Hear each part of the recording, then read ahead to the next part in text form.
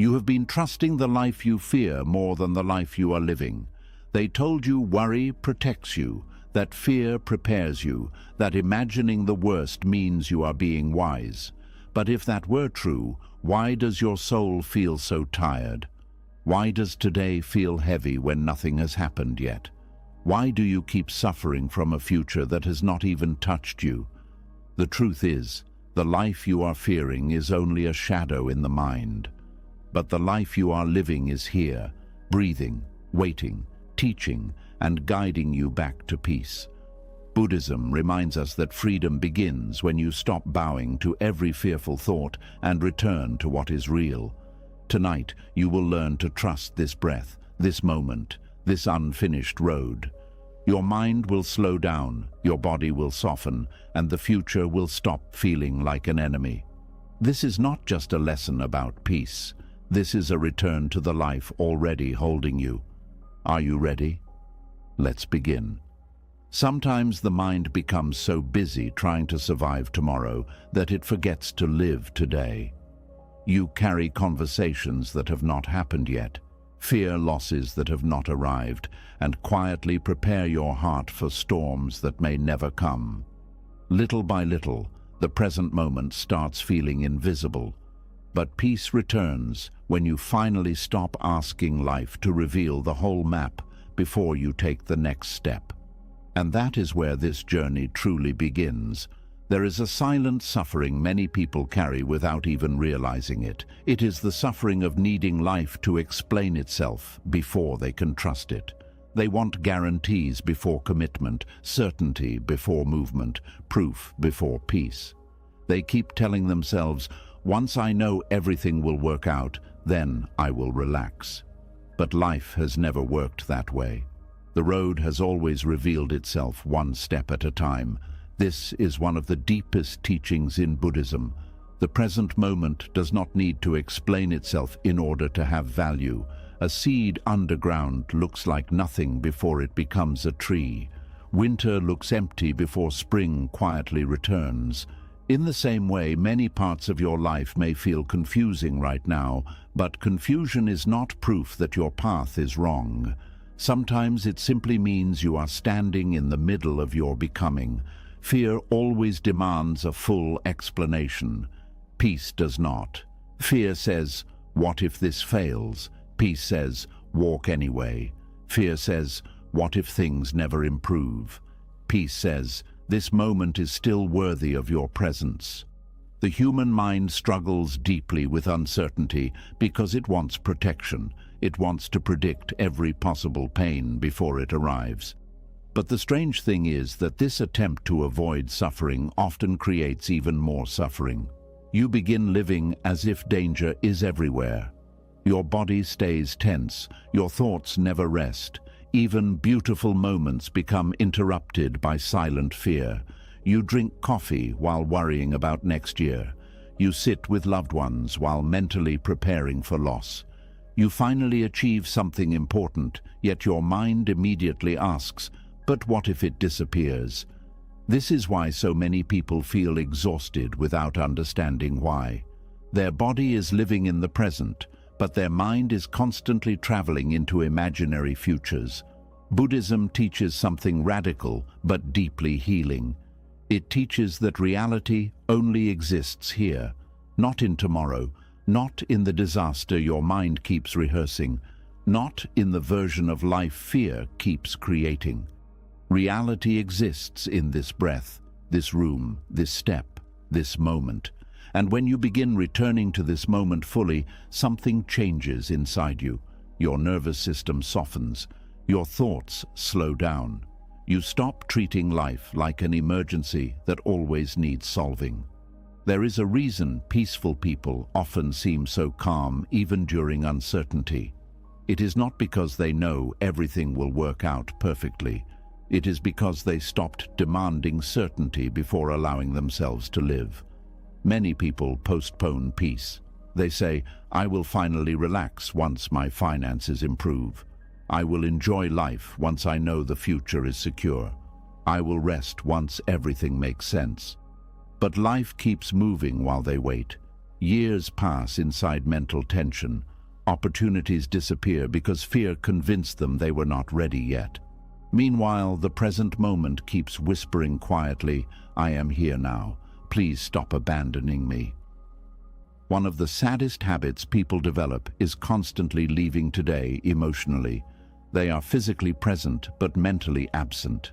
Their attention lives somewhere else, always later, always ahead, always preparing for what could go wrong. But the future has never once asked you to destroy today in order to protect tomorrow. This does not mean you stop planning or acting responsibly. Buddhism is not teaching passivity. It is teaching balance. Plan for tomorrow, but do not emotionally live there. Prepare wisely, but do not worship fear. Take care of your responsibilities, but do not let your mind become a prison of endless prediction. The present moment deserves your full attention because your life is happening here. A person can spend years waiting for clarity before taking action, but clarity often comes after movement, not before it.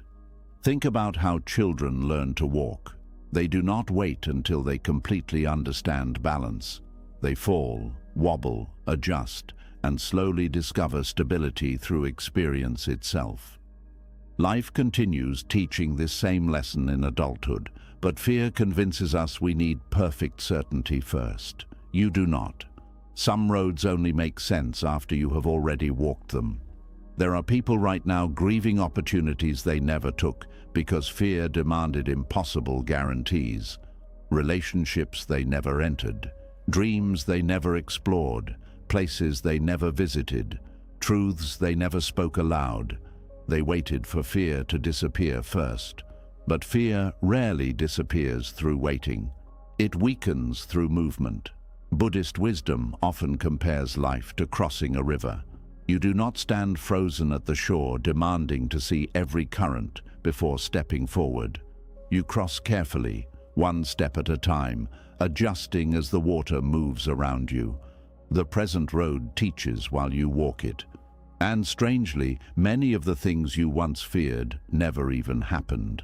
Think about how much suffering your mind has created over possibilities that never became real. Sleepless nights over conversations that went fine, anxiety over events that never arrived, fear over futures that disappeared before they ever existed. The mind can become a storyteller of suffering. This is why awareness matters so deeply. Awareness allows you to notice when fear is speaking instead of reality. Fear often sounds convincing because it speaks with urgency. It says, think about this now, solve this now, prepare now. But urgency is not always truth. Sometimes the wisest thing you can do is pause and ask yourself, is this actually happening right now? Very often the answer is no. You are simply standing inside an imagined future while ignoring the life already around you. This habit slowly disconnects people from joy. They stop noticing simple beauty because fear keeps their attention trapped elsewhere. They miss sunsets while worrying about retirement. They miss laughter while preparing for heartbreak. They miss ordinary, peaceful moments because their mind refuses to stay still long enough to receive them. Buddhism gently teaches that peace is not hidden in some perfect future. Peace is hidden inside presence itself. And presence is not complicated. It begins with noticing your breathing, noticing the warmth of tea in your hands, noticing the sound of rain, noticing the face of someone you love, noticing that right now, in this exact moment, you are still here. Life becomes softer when you stop treating every uncertain moment as a threat. There is also great humility in trusting the present road before it explains itself. Humility accepts that you cannot control everything.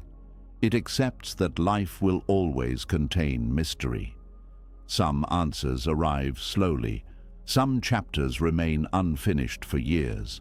Some experiences only reveal their meaning long after they happen, and that can feel uncomfortable for a mind addicted to certainty.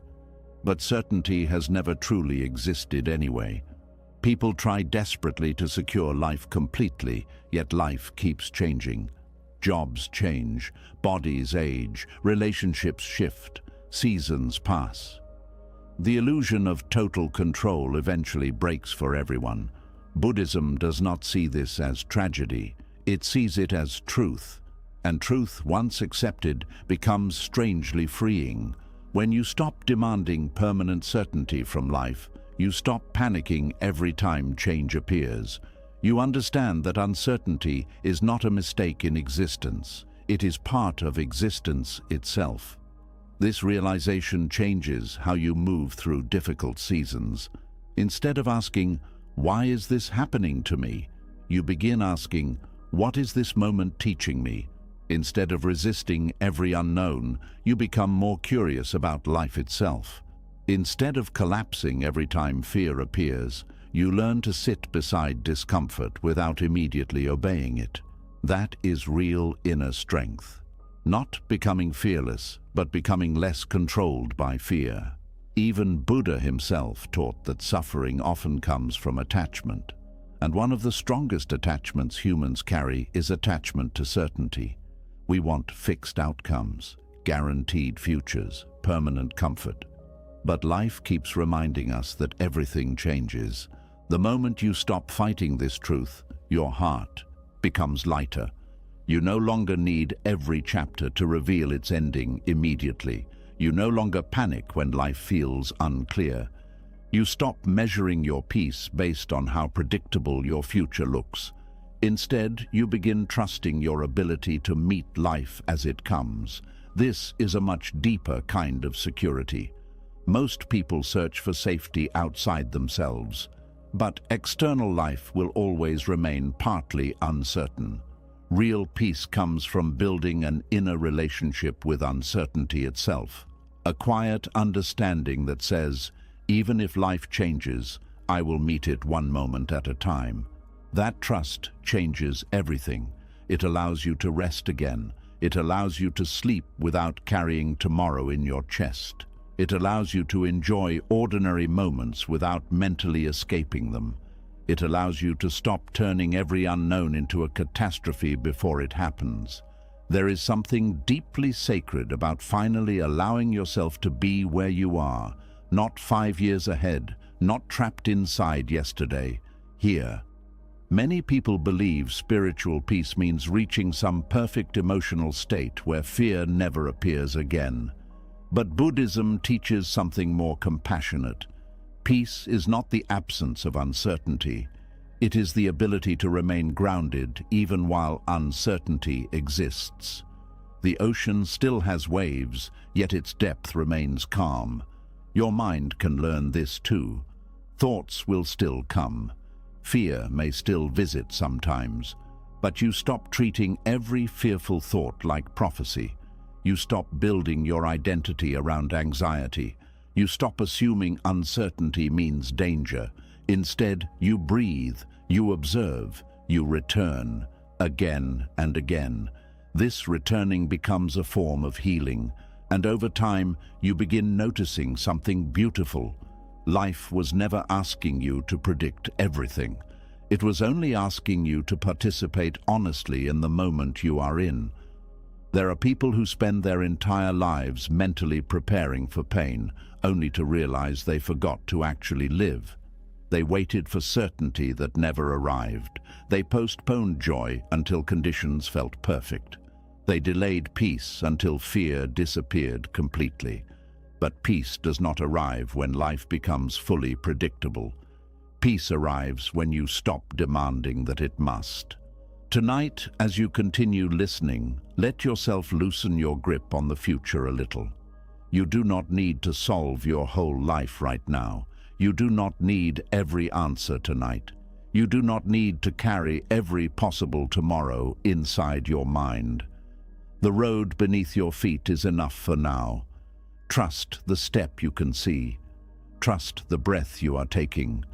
Trust the life that is already here, quietly unfolding one moment at a time. Little by little, you begin to see that peace is not found by controlling the future. It is found by returning to the present without fear ruling your mind. But as soon as you try to rest inside the moment, another struggle quietly appears. The mind itself begins speaking. A single fearful thought can change the entire feeling of your day. One moment feels calm, then suddenly your mind whispers, "What if everything falls apart?" And your body immediately tightens as if danger is already standing at the door. This is where many people unknowingly lose their peace, not because reality is attacking them, but because they believe every fearful thought that enters their mind. And Buddhism teaches something deeply freeing. A thought is not automatically the truth just because it appears. There are nights when the mind becomes louder than the world itself. The room is quiet, nothing dangerous is happening, yet inside, thoughts begin moving like a storm. Thoughts about failure, rejection, illness, loss, embarrassment, regret, uncertainty. The mind starts creating scenes that feel so real, your body reacts as though those scenes are already happening. Your heart beats faster, your stomach tightens, sleep disappears, and all of it began with a thought. This is why learning not to believe every fearful thought is one of the greatest forms of inner freedom a person can discover. Most people never question their thoughts. They assume that because a thought appeared, it must mean something important. But the mind produces thousands of thoughts every single day. Some are useful, some are wise, some are meaningless, some are distorted by fear, exhaustion, pain, trauma, insecurity, or old emotional wounds. Buddhism teaches that awareness means learning to observe thoughts without immediately becoming controlled by them. This changes everything, because the moment you stop treating every fearful thought like absolute truth, your relationship with your mind begins transforming. Fearful thoughts often speak with certainty. You are going to fail. Something bad is coming. You cannot handle this. People will reject you. You will never be okay. The strange thing is that the mind says these things with complete confidence, even when there is no evidence at all. Fear does not need proof to speak loudly. It survives through emotion, urgency, and repetition. And when fearful thoughts repeat long enough, they begin feeling real. This is why many people live inside emotional prisons that do not even exist outside their own mind. Their thoughts become so believable that they stop questioning them completely. But Buddhism invites you to pause and look deeper. Instead of asking, "How do I stop these thoughts forever?" it asks a different question. Must I believe every thought I hear? That question alone can begin changing your life, because when you truly look carefully, you begin noticing how unreliable fearful thinking often is. The mind predicts disasters that never happen. It creates stories about people without knowing their hearts. It turns uncertainty into catastrophe. It confuses possibility with certainty. A fearful thought says, "This could happen." Then anxiety changes it into, "This will happen." And the body responds accordingly. This is why fear can feel so convincing. Your nervous system reacts before wisdom has time to speak. The body does not always know the difference between real danger and imagined danger. If you repeatedly think about abandonment, failure, humiliation, or tragedy, your body begins carrying those emotional states as if they are already present. That is why chronic fear becomes exhausting. Your nervous system never fully rests. Buddhist awareness gently interrupts this cycle. It teaches you to notice thoughts without immediately climbing inside them. This is similar to sitting beside a river and watching leaves float by. Each leaf is a thought. Some are peaceful, some are painful, some are frightening. But awareness allows you to watch the leaf pass without jumping into the river every single time. Most people spend their entire lives jumping into every thought. A painful memory appears and they drown inside it. A fearful possibility appears and they panic. An insecure thought appears and they believe it defines them. But awareness creates space. And inside that space, wisdom finally has room to breathe. One of the greatest misunderstandings about spiritual peace is believing peaceful people have no fearful thoughts. They do. The difference is that they no longer worship every thought their mind produces. They understand that thoughts are weather, not identity. Some days the sky is clear, some days storms appear, but the sky itself remains larger than the storm passing through it. In the same way, awareness remains larger than the fearful thoughts moving through the mind. This understanding becomes life-changing during difficult seasons, because pain itself is already heavy enough. But fearful thinking usually multiplies suffering far beyond reality. A small uncertainty becomes mental catastrophe. A mistake becomes personal destruction. A difficult conversation becomes proof of future abandonment. Fear always exaggerates. And one reason it exaggerates so strongly is because the human brain evolved to detect danger quickly. Long ago, survival depended on noticing threats, but in modern life, this same survival system often becomes overactive. The mind starts treating emotional discomfort like physical danger. Someone does not reply to your message quickly, and the mind creates rejection. You make one mistake, and the mind predicts permanent failure. Your body feels tired, and the mind immediately fears illness. You feel uncertain about the future, and the mind starts painting worst-case scenarios. Fearful thoughts move fast because the brain believes it is protecting you, but protection becomes suffering when awareness disappears. Buddhism teaches that wisdom begins when you stop reacting automatically to mental fear. This does not mean suppressing thoughts. Suppression only strengthens them. The more you fight certain thoughts, the more attention you feed them. It becomes like trying not to think about a loud noise while constantly listening for it. Instead, Buddhism teaches gentle observation. You notice the thought, you breathe, you let it exist without instantly obeying it. This sounds simple, but it requires deep inner discipline. Because fearful thoughts crave immediate reaction. They want urgency, they want emotional panic, they want your full attention. Awareness quietly says, "Let me look more carefully first." And often, when you slow down enough, you realize the thought itself is not the problem. The attachment to the thought is the real source of suffering. A fearful thought enters the mind.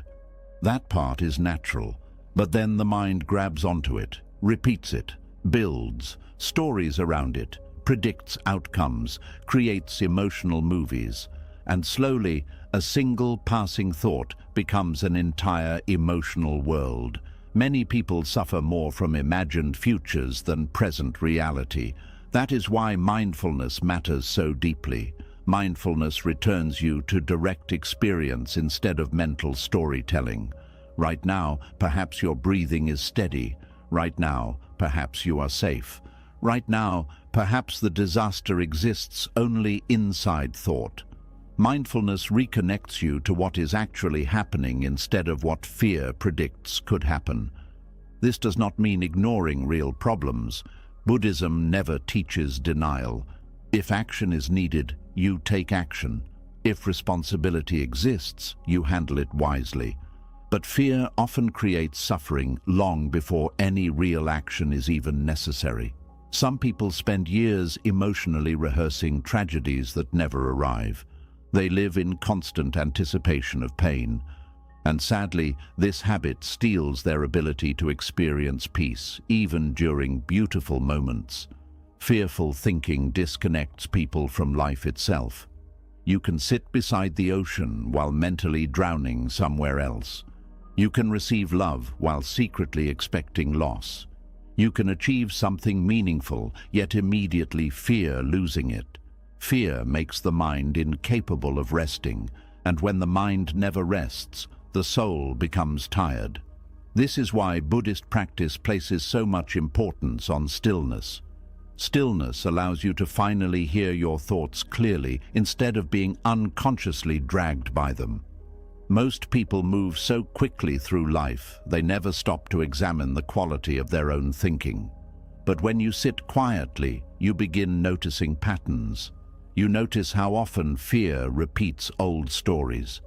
You notice how quickly the mind assumes danger. You notice how much suffering comes not from life itself, but from the interpretation of life. This awareness can feel uncomfortable at first, because it reveals how much fear has been quietly controlling your inner world. But awareness is also healing because you cannot change what you never notice. One of the deepest Buddhist truths is that thoughts are temporary visitors. No thought stays forever. Even the most painful mental storm eventually changes. But when you believe every thought completely, you become trapped inside temporary mental weather. A fearful thought may say, "You will always feel this way." But that thought itself has appeared and disappeared many times before. Everything changes. Thoughts change, emotions change, fear changes, life changes. This truth becomes incredibly comforting once deeply understood, because it reminds you that you do not need to panic every time difficult thoughts appear. You do not need to treat every wave as permanent. You can let thoughts move through you without building your home inside them. This is part of emotional maturity. A mature mind does not believe everything it thinks. It questions fear gently. It creates space before reacting. It recognizes emotional exaggeration. It understands that thoughts can be influenced by stress, loneliness, trauma, exhaustion, insecurity, and countless other conditions. This creates compassion toward yourself. Instead of attacking yourself for having fearful thoughts, you learn to meet them with patience. You stop saying, "What is wrong with me?" and begin saying, "Ah, fear is visiting again." That small shift changes the entire emotional experience, because now you are no longer fused with the fear. You are observing it, and observation weakens unconscious control. The Buddha often spoke about the importance of right view. Right view means seeing reality clearly instead of through distortion.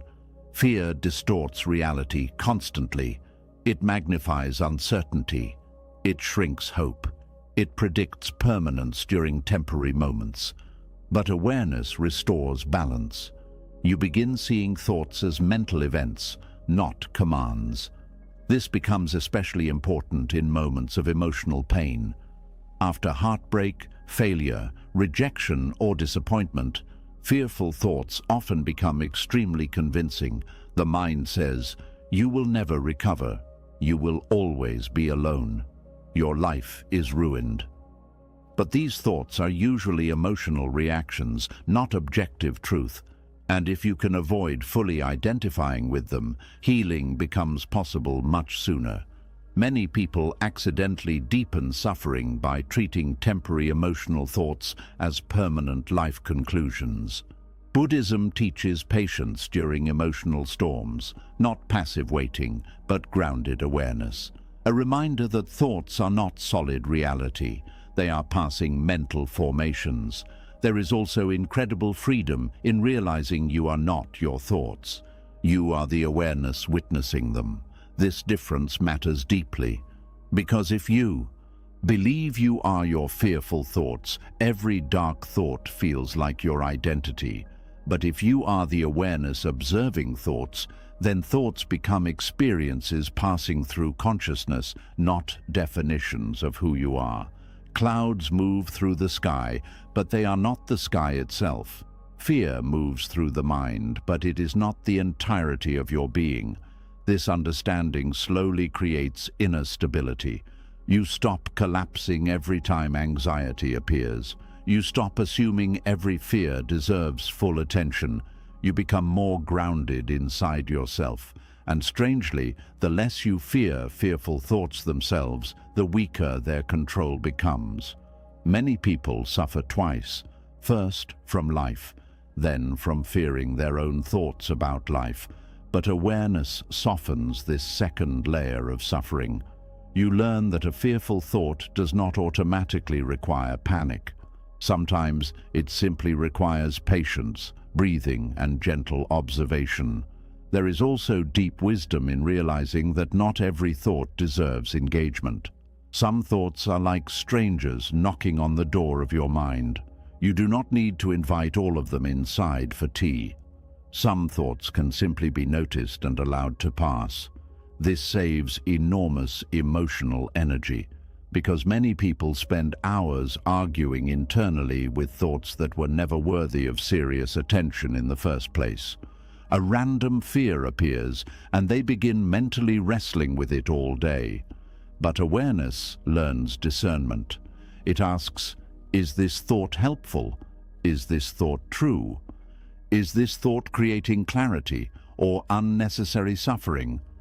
These questions create emotional intelligence, and emotional intelligence creates peace. Over time, you begin trusting awareness more than fear itself. You realize thoughts are not masters. They are visitors. Some visitors offer wisdom. Some offer confusion. You can learn the difference, and perhaps one of the most healing realizations of all is this: you do not need to eliminate every fearful thought in order to live peacefully. You only need to stop surrendering your entire life to them. Fear may still speak sometimes, but it no longer becomes the voice guiding every decision. Awareness becomes stronger, presence becomes stronger, trust becomes stronger. And slowly, the mind that once felt like an endless battlefield becomes quieter, softer, and more spacious. Not because life became perfect, but because you finally learned that every fearful thought does not deserve your belief. Once you stop believing every fearful thought automatically, another truth slowly begins to reveal itself. Many of the lives you are terrified of living do not actually exist. They are mental shadows created by fear, uncertainty, memory, and imagination. The mind can create suffering so vivid that the body reacts before reality even arrives. A future that has never happened can still steal your sleep, your joy, your confidence, and your peace. And over time, people begin living as prisoners of shadows instead of participants in real life. This next step is about seeing those shadows clearly for what they are. There is a strange habit the human mind has developed over time. It often treats imagined pain as if it were already real. A possibility becomes a certainty. A fear becomes an identity. A shadow becomes a full reality inside the nervous system. And the frightening part is how convincing these shadows can feel. A person can fear losing people they still have, fear failure before even beginning, fear rejection before speaking honestly, fear embarrassment before trying something new, fear loneliness while surrounded by love, fear sickness while healthy, fear abandonment while deeply cared for, fear the collapse of a future that has not even been built yet. The mind paints scenes with such emotional intensity that the body responds as though those scenes are already unfolding. Heart racing, muscles tightening, thoughts spiraling, sleep disappearing, peace evaporating. Yet many times nothing dangerous is actually happening in the present moment. This is one of the deepest reasons human beings suffer emotionally. Not because life itself is always unbearable, but because the mind continuously creates frightening versions of reality and then emotionally lives inside them. Buddhism understands this deeply. It teaches that much of human suffering comes not from direct reality itself, but from mental attachment, interpretation, projection, and illusion. Fear thrives inside imagined futures. That is why the life you fear is usually a mind-made shadow. A shadow looks real from a distance. It can appear threatening, large, dark, overwhelming. But when light touches it properly, you realize there was never solid substance there in the first place. Fear works similarly. The mind creates mental shadows using uncertainty. It takes incomplete information and fills the empty spaces with worst-case scenarios. It assumes danger before understanding truth. It predicts endings before beginnings have fully formed. This is why fear rarely speaks calmly. Fear exaggerates because exaggeration helps it survive. It says, if you fail once, your life is ruined. If this relationship changes, you will never recover. If people reject you, you will be worthless. If you make the wrong decision, everything will collapse. Fear always speaks in extremes because the nervous system responds more strongly to danger than possibility. But Buddhist wisdom invites you to examine fear carefully instead of automatically obeying it. When you look deeply enough, you begin noticing how often fear creates suffering around things that are not actually present. There is no disaster in the room, no collapse happening right now, no rejection occurring in this exact breath, only thoughts creating emotional shadows. This realization can feel shocking because most people spend years treating fearful imagination as objective reality. The mind becomes so accustomed to anticipating danger that peace itself begins feeling unfamiliar. Some people even become uncomfortable when life is calm because their nervous system has adapted to emotional tension. Silence feels suspicious. Rest feels unsafe. Happiness feels temporary. They constantly wait for something bad to interrupt peace. This is what prolonged fear does to the mind. It trains the body to expect pain even during safe moments. And sadly, many people do not realize how much of their emotional exhaustion comes from mentally rehearsing futures that never arrive.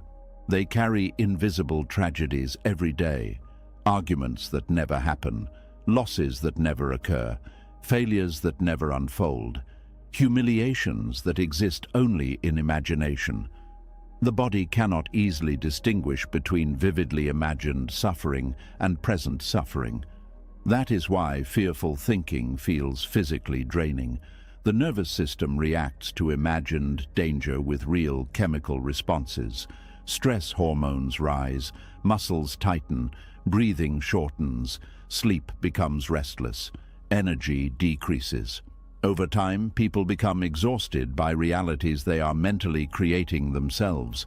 Buddhism does not say this with judgment, it says it with compassion. Because the fearful mind is usually trying to protect itself. Most fear is not created because you are weak. It is created because the mind desperately wants safety, it wants certainty, it wants protection from pain. But in trying to avoid pain completely, the mind often creates ongoing suffering. This becomes especially clear when you look at how fear changes perception. Fear shrinks possibility. Fear makes the future appear smaller than it really is. A fearful mind sees closed doors everywhere. It sees danger in uncertainty. It sees catastrophe inside ordinary mistakes. It sees permanent ruin inside temporary discomfort. And perhaps most painfully, fear convinces people they are more fragile than they truly are. This is one of fear's greatest illusions. It tells you that if difficulty arrives, you will collapse completely. But human beings are often far stronger than fear allows them to believe. Think about your own life for a moment. There were probably moments you once believed would destroy you completely. Losses, rejections, uncertainty, painful endings. Yet somehow, step by step, breath by breath, you continued. Not perfectly, not without tears, not without struggle. But you survived moments your fearful mind once thought impossible to survive. This does not mean pain is easy. Buddhism never denies suffering. Instead, it teaches that suffering becomes heavier when the mind creates additional layers of fear around it. Pain says, "This hurts." Fear says, "This pain will never end."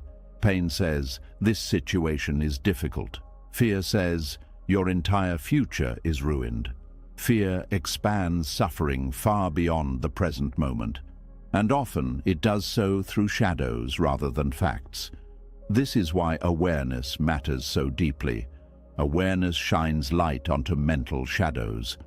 It asks gentle but powerful questions. Is this fear based on reality or projection? Is this happening now or only inside thought? Am I reacting to life itself or to a story about life? These questions interrupt unconscious fear patterns, because shadows lose power when examined carefully. A child may fear a shadow in the corner of a room until the light turns on and reveals it was only a chair all along. In the same way, awareness often reveals that many emotional fears are built from assumptions rather than truth. One painful conversation becomes, "Nobody loves me." One setback becomes, "I always fail." One uncertain season becomes, "My future is hopeless." Fear generalizes quickly, but reality is usually far more nuanced than fear admits. Buddhism teaches the importance of seeing clearly instead of seeing through emotional distortion. This clarity is not cold or detached. It is compassionate honesty. It allows you to experience life without constantly adding imaginary suffering on top of it. There is also something important to understand about the mind-made shadows created by fear. They often come from memory. Past pain leaves emotional fingerprints. If someone experienced betrayal before, fear may begin expecting betrayal everywhere. If someone experienced failure before, fear may predict future humiliation constantly. If someone grew up around instability, fear may struggle to trust peaceful moments. The mind tries to protect itself by anticipating repeated pain, but protection becomes imprisonment when old fear starts controlling present reality. Many people are no longer reacting to life itself. They are reacting to old emotional echoes. A current situation triggers an old wound, and suddenly the mind begins building shadows again. This is why healing matters. Not because healing erases memory completely, but because healing helps you stop confusing past pain with present truth. A healed mind becomes more capable of seeing reality as it is, instead of constantly filtering it through old fear. This creates emotional freedom. You stop expecting disaster in every uncertain moment. You stop assuming every ending means destruction. You stop carrying the emotional weight of imaginary futures everywhere you go. And perhaps most importantly, you begin reconnecting with reality itself. Reality is often far gentler than fear's predictions. Not always easy, not always perfect, but gentler than the mind's catastrophes. There is deep peace in finally realizing that you do not need to prepare emotionally for every possible disaster in order to survive life. Many people think constant worry makes them safer, but endless worry rarely prepares the soul wisely. It simply keeps the nervous system trapped in continuous anticipation. True preparation comes from presence, not panic. Presence allows you to respond clearly when life actually requires action. Fear exhausts energy long before action is necessary. This is why people consumed by anxiety often feel emotionally drained before anything has even happened. They are fighting shadows all day. Buddhist practice gently teaches the art of returning to direct experience. This cup of tea, this breath, this conversation, this sunset, this ordinary moment. Fear pulls attention toward imaginary futures. Presence returns attention to living reality. And living reality is usually much smaller and more manageable than fearful imagination. The mind says, "Your whole future is collapsing," Reality says, right now, you are sitting in a chair breathing. The mind says, everything is going wrong. Reality says, this moment is difficult, but not every part of life is destroyed. Fear thinks globally, wisdom thinks clearly. This distinction matters enormously because fearful thinking often removes perspective completely. One challenge begins feeling like the entire story of your life. One uncertainty begins feeling endless, but reality keeps moving, life keeps changing, feelings keep shifting, situations keep evolving, and shadows disappear when conditions change. This is one reason Buddhism places such importance on impermanence. Impermanence reminds you that no emotional state lasts forever. Fear tells you painful feelings are permanent. Reality shows they move like weather. Storms pass, night becomes morning, wounds slowly heal, confusion eventually shifts, even grief changes shape over time. Impermanence does not erase pain, but it prevents fear from turning pain into permanent identity. A fearful mind says, you will always feel this way. Wisdom quietly replies, everything changes. There is profound comfort in this truth, especially for people trapped inside emotional fear for long periods. You are not trapped forever inside your current mental weather. The mind-made shadows fear creates are not fixed realities. They are shifting experiences, and awareness slowly teaches you how to stop feeding them, because shadows grow strongest when constantly reinforced through attention. The more you mentally rehearse catastrophe, the more emotionally real it becomes. The more you repeat fearful stories internally, the more the nervous system memorizes them. But when awareness interrupts these patterns, the shadows weaken. Not instantly, not magically, but gradually. You begin noticing fearful thoughts without automatically building entire futures around them. You begin recognizing emotional exaggeration more quickly. You stop assuming every uncertainty is danger. You stop treating every uncomfortable emotion like proof that something terrible is happening. And slowly, space returns to the mind. This spaciousness is deeply healing because fear suffocates perspective. A fearful mind sees only survival. A peaceful mind can finally see beauty again. The sound of birds in the morning, warm sunlight through a window, a meaningful conversation, the comfort of stillness, the softness of ordinary moments. Fear disconnects people from these experiences because it keeps attention trapped inside imagined futures. This is why so many people miss their own lives while trying to mentally control what has not happened yet. They live beside beauty but cannot receive it. They live beside love but cannot trust it. They live beside peace but remain emotionally braced for disaster. And eventually, they become exhausted from carrying realities that were never real to begin with. Buddhism gently invites you to put down this invisible burden, not by pretending life contains no pain, but by helping you distinguish between actual reality and mental shadow. This distinction changes how you move through the world. You become less reactive, less consumed by prediction, less trapped inside imagined catastrophes. You stop feeding fear endless authority, and something surprising begins happening. Life starts feeling more open again, not because uncertainty disappeared, but because you stopped turning uncertainty into immediate emotional doom. There is also wisdom in realizing that the future itself is not your enemy. Fear often creates the illusion that tomorrow is waiting to punish you somehow.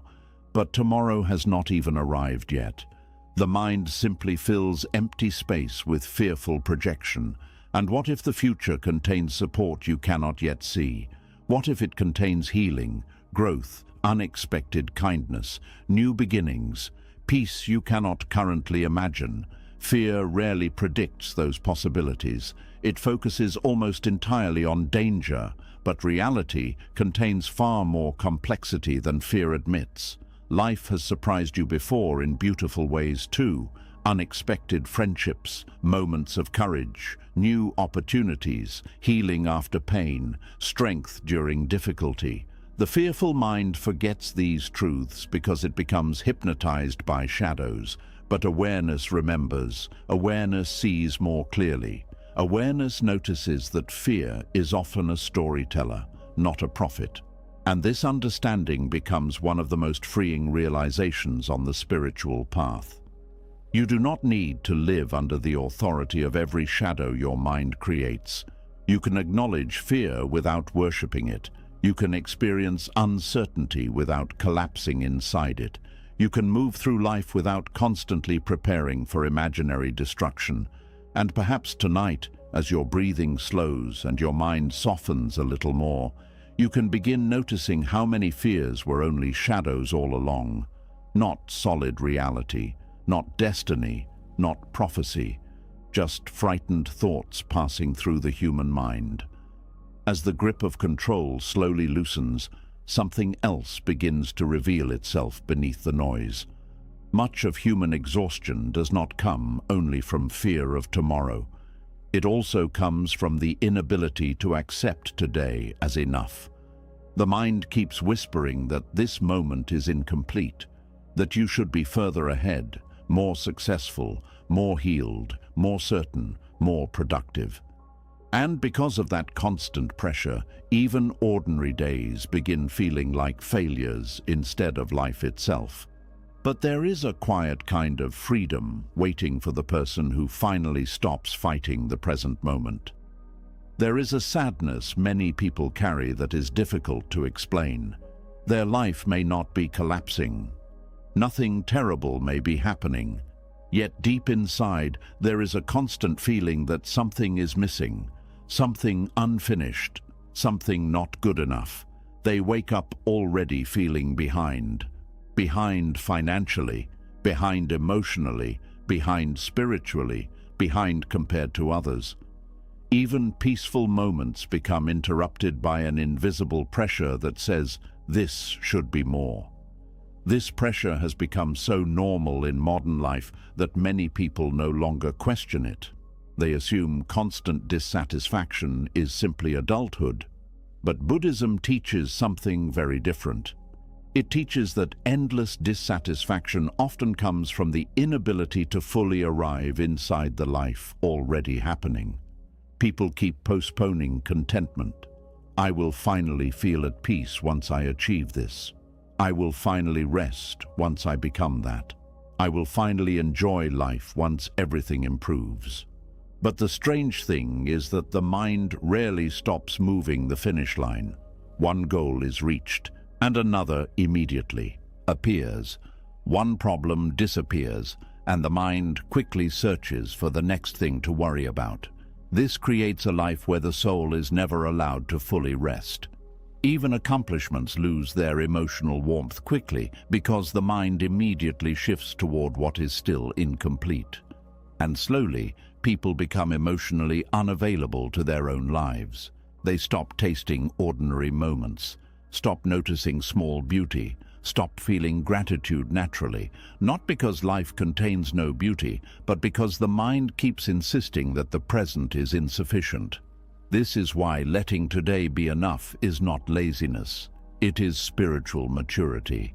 It means learning how to stop emotionally starving yourself in moments that are already worthy of being lived.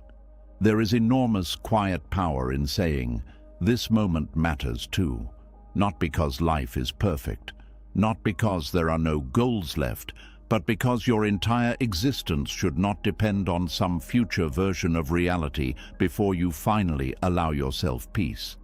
Many people unknowingly treat life as preparation instead of participation. Everything becomes about later. Later when finances improve, later when healing is complete, later when the relationship changes, later when success arrives, later when fear disappears. But while they wait for this imagined future, real life keeps passing quietly around them. The tea grows cold, parents grow older, children grow up, bodies age, seasons change, moments disappear forever.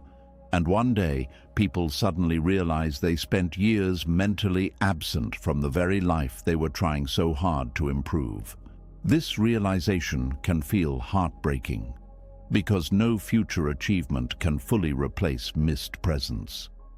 Buddhism teaches that life itself is hidden inside ordinary moments, not only inside dramatic milestones, not only inside perfect outcomes, not only inside extraordinary success.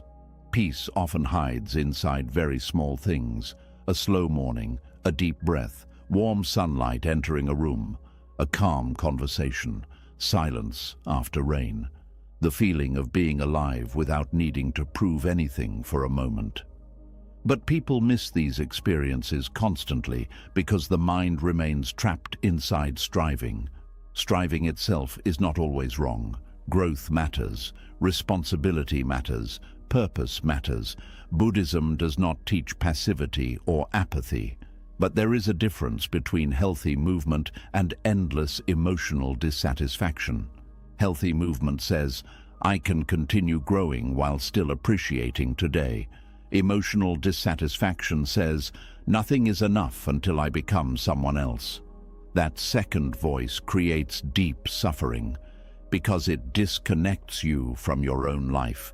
Many people secretly believe that if they stop pressuring themselves constantly, they will lose ambition. But often the opposite happens. Constant internal pressure exhausts creativity, damages peace, and weakens emotional clarity. The mind performs better when it is not constantly under emotional attack. There is wisdom in slowing down enough to fully inhabit the day you are already living. Not the fantasy version, not the future version. This one, the unfinished one, the imperfect one, the ordinary one. This is where life actually exists. A person can spend years chasing extraordinary moments while overlooking the quiet miracle of simply being alive, breathing, feeling, seeing, hearing, existing. Buddhist teachings often return to simplicity because simplicity reconnects people with reality itself. Reality is often simpler than the mind allows. Right now, perhaps there is food available, air entering your lungs, a bed to sleep in, someone who cares about you, a small moment of stillness, a chance to begin again tomorrow. But the dissatisfied mind ignores these things quickly because it has become trained to focus mainly on absence. What is missing? What is incomplete? What still needs fixing? This mental habit creates chronic emotional hunger. No moment satisfies fully because attention stays locked onto deficiency. And social comparison makes this even worse. Modern life constantly encourages people to measure themselves against others, other people's achievements, other people's appearance, other people's relationships, other people's lifestyles. This comparison slowly poisons presence, because now today is no longer experienced directly. It becomes evaluated constantly. Am I successful enough, attractive enough, productive enough, far enough ahead? And even if life is objectively meaningful, comparison convinces the mind it is still lacking. Buddhism gently interrupts this cycle by returning awareness inward instead of outward, not in selfishness, but in grounded presence.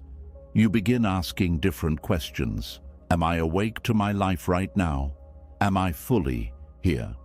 Can I appreciate this moment without needing it to become something else first? These questions shift the nervous system out of constant deficiency, and slowly, gratitude becomes more natural again. Not forced gratitude, not pretending suffering does not exist, but honest appreciation for what is already here. This changes emotional energy profoundly, because gratitude and constant dissatisfaction cannot fully occupy the same mental space simultaneously. One notices enoughness, the other notices absence endlessly, and enoughness is deeply healing. Enoughness says, "This meal is enough for tonight." This breath is enough for now. This step is enough for today. This moment does not need to become extraordinary to matter. Many people never learned this emotionally. They were taught that worth comes only through achievement, productivity, perfection, or constant improvement. So they developed an inner voice that never stops demanding more progress, more certainty, more proof, more accomplishment. But eventually the soul becomes exhausted from never being allowed to arrive anywhere emotionally. Even rest becomes guilt.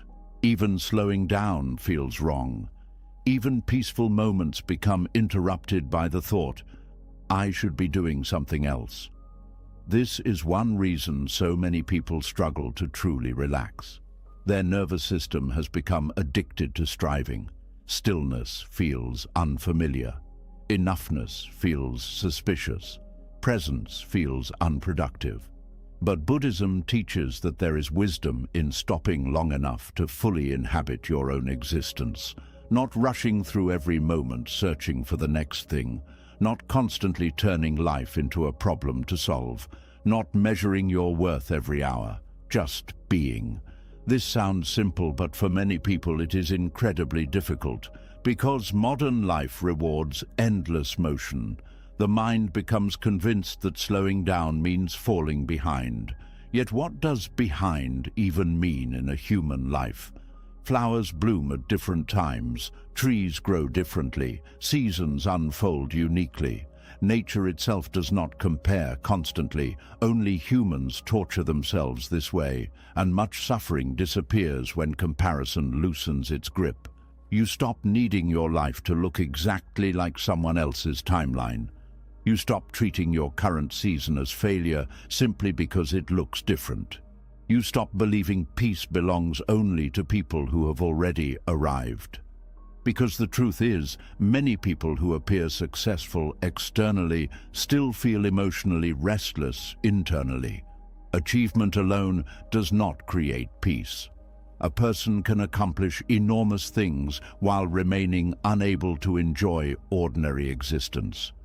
The problem was never only external circumstances. The problem was the inability to let the present moment be enough. This inability creates endless emotional postponement. People postpone joy, postpone rest, postpone appreciation, postpone peace, always waiting for a better chapter before finally allowing themselves to feel alive. But life is not only happening in future chapters, it is happening now. And perhaps one of the saddest things a person can realize is how many beautiful ordinary moments were emotionally abandoned while chasing some imagined perfect future. A peaceful breakfast ignored because of anxiety. A conversation missed because of overthinking. A quiet evening ruined by future fear. A beautiful season unnoticed because the mind stayed elsewhere. This is why presence matters so deeply. Presence restores intimacy with life, and intimacy with life creates peace naturally. When you fully taste food, listen carefully, breathe slowly, walk attentively, and remain emotionally available to ordinary moments, life becomes richer again. Not because circumstances changed dramatically, but because attention changed. Attention shapes emotional reality. A mind obsessed with lack experiences life differently than a mind capable of noticing quiet abundance. And abundance is not always material.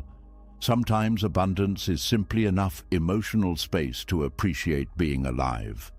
Enough stillness to notice beauty. Enough awareness to stop rushing past your own existence. There is also wisdom in understanding that today does not need to solve your entire life in order to matter. Some days are ordinary, some days are slow, some days contain confusion, some days contain healing that cannot yet be measured. The modern mind struggles with this because it wants visible progress constantly. But many important things grow invisibly for long periods. Roots grow underground before trees appear above the surface. Healing often unfolds quietly before external change becomes visible. Inner peace develops gradually. Not every meaningful day will look dramatic, and that is okay. A quiet day is not a wasted day. A peaceful moment is not meaningless because it produces nothing measurable. There is tremendous value in simply existing without constant internal warfare. The nervous system heals through moments of safety. The heart heals through moments of presence. The spirit heals through moments of enoughness. This is why letting today be enough becomes such powerful medicine. It interrupts chronic emotional striving.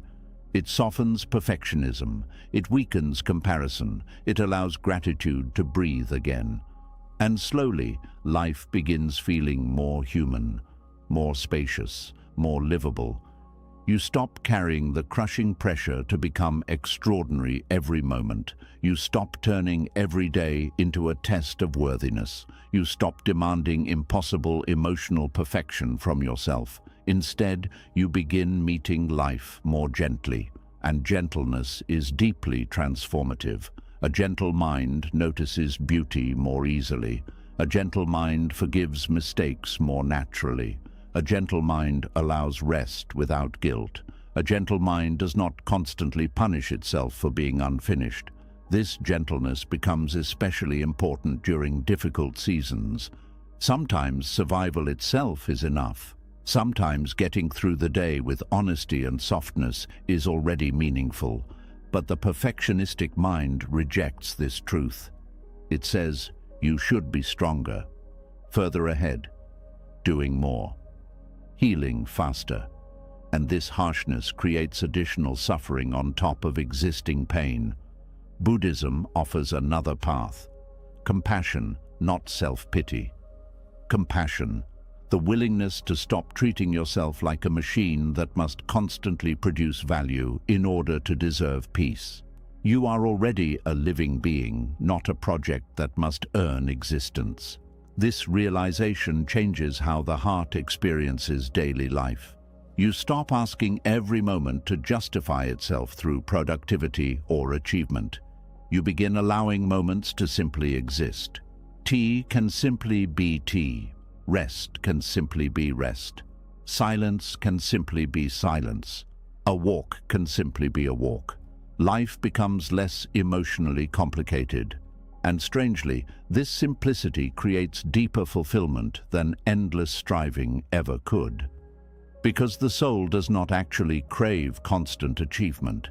It craves connection, stillness, meaning, presence, love, belonging. And these things are often available inside ordinary life long before perfection arrives. Tonight, perhaps you can stop demanding that this day become more than it was. Perhaps this breath is enough for now. Perhaps your unfinished healing is still worthy of compassion. Perhaps your imperfect life still deserves your full presence. Perhaps peace has been waiting quietly inside ordinary moments all along. Not hidden in some distant future version of yourself, but here, inside this very life you are already living. When you finally begin letting today be enough, the heart becomes softer. The pressure to constantly chase, prove, and control slowly starts fading. But then another truth quietly appears beneath the surface. Many people are not only tired because they reject the present. They are tired because fear has slowly trapped their entire life inside invisible limits. Possibilities once felt open, dreams once felt alive, curiosity once moved naturally through the heart. But somewhere along the way, fear began building walls around the mind, and eventually those walls started feeling like reality itself. There is a quiet tragedy that happens when fear becomes the main voice guiding a person's life. The world may still be open around them, opportunities may still exist, healing may still be possible, love may still be available. Yet internally, everything begins feeling smaller and smaller, not because life truly became impossible, but because fear slowly turned possibility into a prison. This prison is rarely visible from the outside. A person may still go to work. still smile politely, still function normally, still appear responsible and stable. But internally, they have stopped allowing themselves to fully live. They stop trying new things, stop speaking honestly, stop trusting people, stop risking vulnerability, stop following meaningful desires, stop believing change is possible. Fear shrinks their emotional world until survival becomes more important than living. And the frightening part is how gradual this process can be. Fear rarely imprisons someone overnight. It happens slowly, quietly, through repetition. One painful experience creates hesitation. One betrayal creates emotional guarding. One embarrassment creates silence. One failure creates self-doubt. And over time, the mind begins building protective walls around every vulnerable part of life. At first, these walls seem helpful. Avoid rejection, avoid disappointment, avoid uncertainty, avoid pain. But eventually, protection becomes confinement. The same walls that block pain also block joy, intimacy, growth, creativity, love, and freedom. This is why Buddhism speaks so deeply about attachment and fear. Fear often disguises itself as safety. But what humans call safety sometimes becomes emotional imprisonment. There are people who never fully love because fear tells them loss would destroy them. People who never pursue meaningful dreams because fear predicts humiliation. People who never rest because fear says slowing down is dangerous. People who never speak their truth because fear of judgment feels unbearable. And gradually, life becomes smaller than it was meant to be. Not because reality removed possibility, but because fear convinced the mind possibility was unsafe. One of fear's strongest powers is its ability to make imagined pain feel more important than potential meaning. A person may deeply desire connection, but fear whispers, "You will get hurt." They may desire creativity, but fear says, "You will fail." They may desire change, but fear says, "Stay where you are, at least this pain is familiar." And familiarity becomes mistaken for safety. This is one reason humans sometimes remain inside painful situations for years. Not because they enjoy suffering, but because uncertainty feels more frightening than familiar discomfort. Fear says, "At least you know this pain." The unknown becomes terrifying because it cannot be controlled fully. Buddhist wisdom gently challenges this fear-based way of living. It asks an important question. What kind of life is created when fear becomes your primary guide? Usually the answer is not peace. It is limitation, tension, emotional contraction.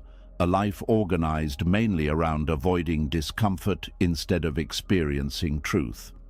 And while avoidance may reduce certain risks temporarily, it also reduces aliveness. Because meaningful life always contains vulnerability. Love requires vulnerability. Growth requires vulnerability. Healing requires vulnerability. Authenticity requires vulnerability. Even hope itself requires vulnerability. Fear tries to eliminate vulnerability completely. But when vulnerability disappears entirely, so does emotional openness. This creates a hidden loneliness inside many people. They protect themselves so thoroughly that nothing deeply touches them anymore. No deep connection, no real openness, no emotional freedom, only careful emotional management. And eventually the soul becomes tired of living behind walls. There is a difference between wisdom and fear-based avoidance. Wisdom says, move carefully. Fear says, never move at all. Wisdom allows discernment. Fear creates paralysis. Many people confuse the two. They believe avoiding all emotional risk is maturity. But Buddhism teaches that clinging tightly to emotional safety often creates suffering of its own, because life itself is movement, change, impermanence, flow. Trying to freeze life into total emotional predictability creates enormous internal tension, and tension slowly hardens the heart. Fear also changes how possibility itself is perceived. A peaceful mind sees multiple paths. A fearful mind sees only danger. This is why two people can face the same situation while experiencing completely different realities internally. One sees opportunity, the other sees catastrophe. One sees growth, the other sees humiliation. One sees uncertainty, the other sees doom. The external situation may be similar, but the relationship with fear changes everything. Fear narrows vision. This narrowing affects every area of life. Relationships become difficult because fear expects abandonment. Creativity becomes blocked because fear fears criticism. Rest becomes impossible because fear expects disaster. Decision-making becomes exhausting because fear predicts irreversible failure. The nervous system becomes trapped in constant emotional defense. And slowly, possibility disappears behind mental bars. Buddhism teaches awareness precisely because awareness interrupts unconscious fear patterns. Awareness allows you to notice when fear is reducing your life unnecessarily. You begin asking, am I truly unsafe right now, or am I emotionally conditioned to expect danger? Is fear protecting me wisely or imprisoning me? Have I mistaken emotional contraction for safety? These questions create enormous insight. Because fear often speaks with authority, even when its predictions are inaccurate. Many fears never happen. Many disasters imagined by the mind never arrive. And even when difficulties do appear, human beings are often far more resilient than fear predicted. But fear rarely admits this. Fear prefers emotional certainty over truthful complexity. It says, if you open your heart, you will suffer. But reality is more nuanced. You may suffer sometimes. You may also experience love, healing, connection, and beauty beyond what fear can currently imagine. Fear only tells half the story. This incomplete storytelling traps many people inside emotional prisons they do not recognize. They assume they are being realistic when they are actually being controlled by anxiety. And because fear feels emotionally intense, it becomes believable. The body reacts strongly. The mind overfocuses. The nervous system becomes alert. Everything feels urgent. But emotional intensity does not automatically equal truth. This is one of the most important lessons Buddhist awareness teaches.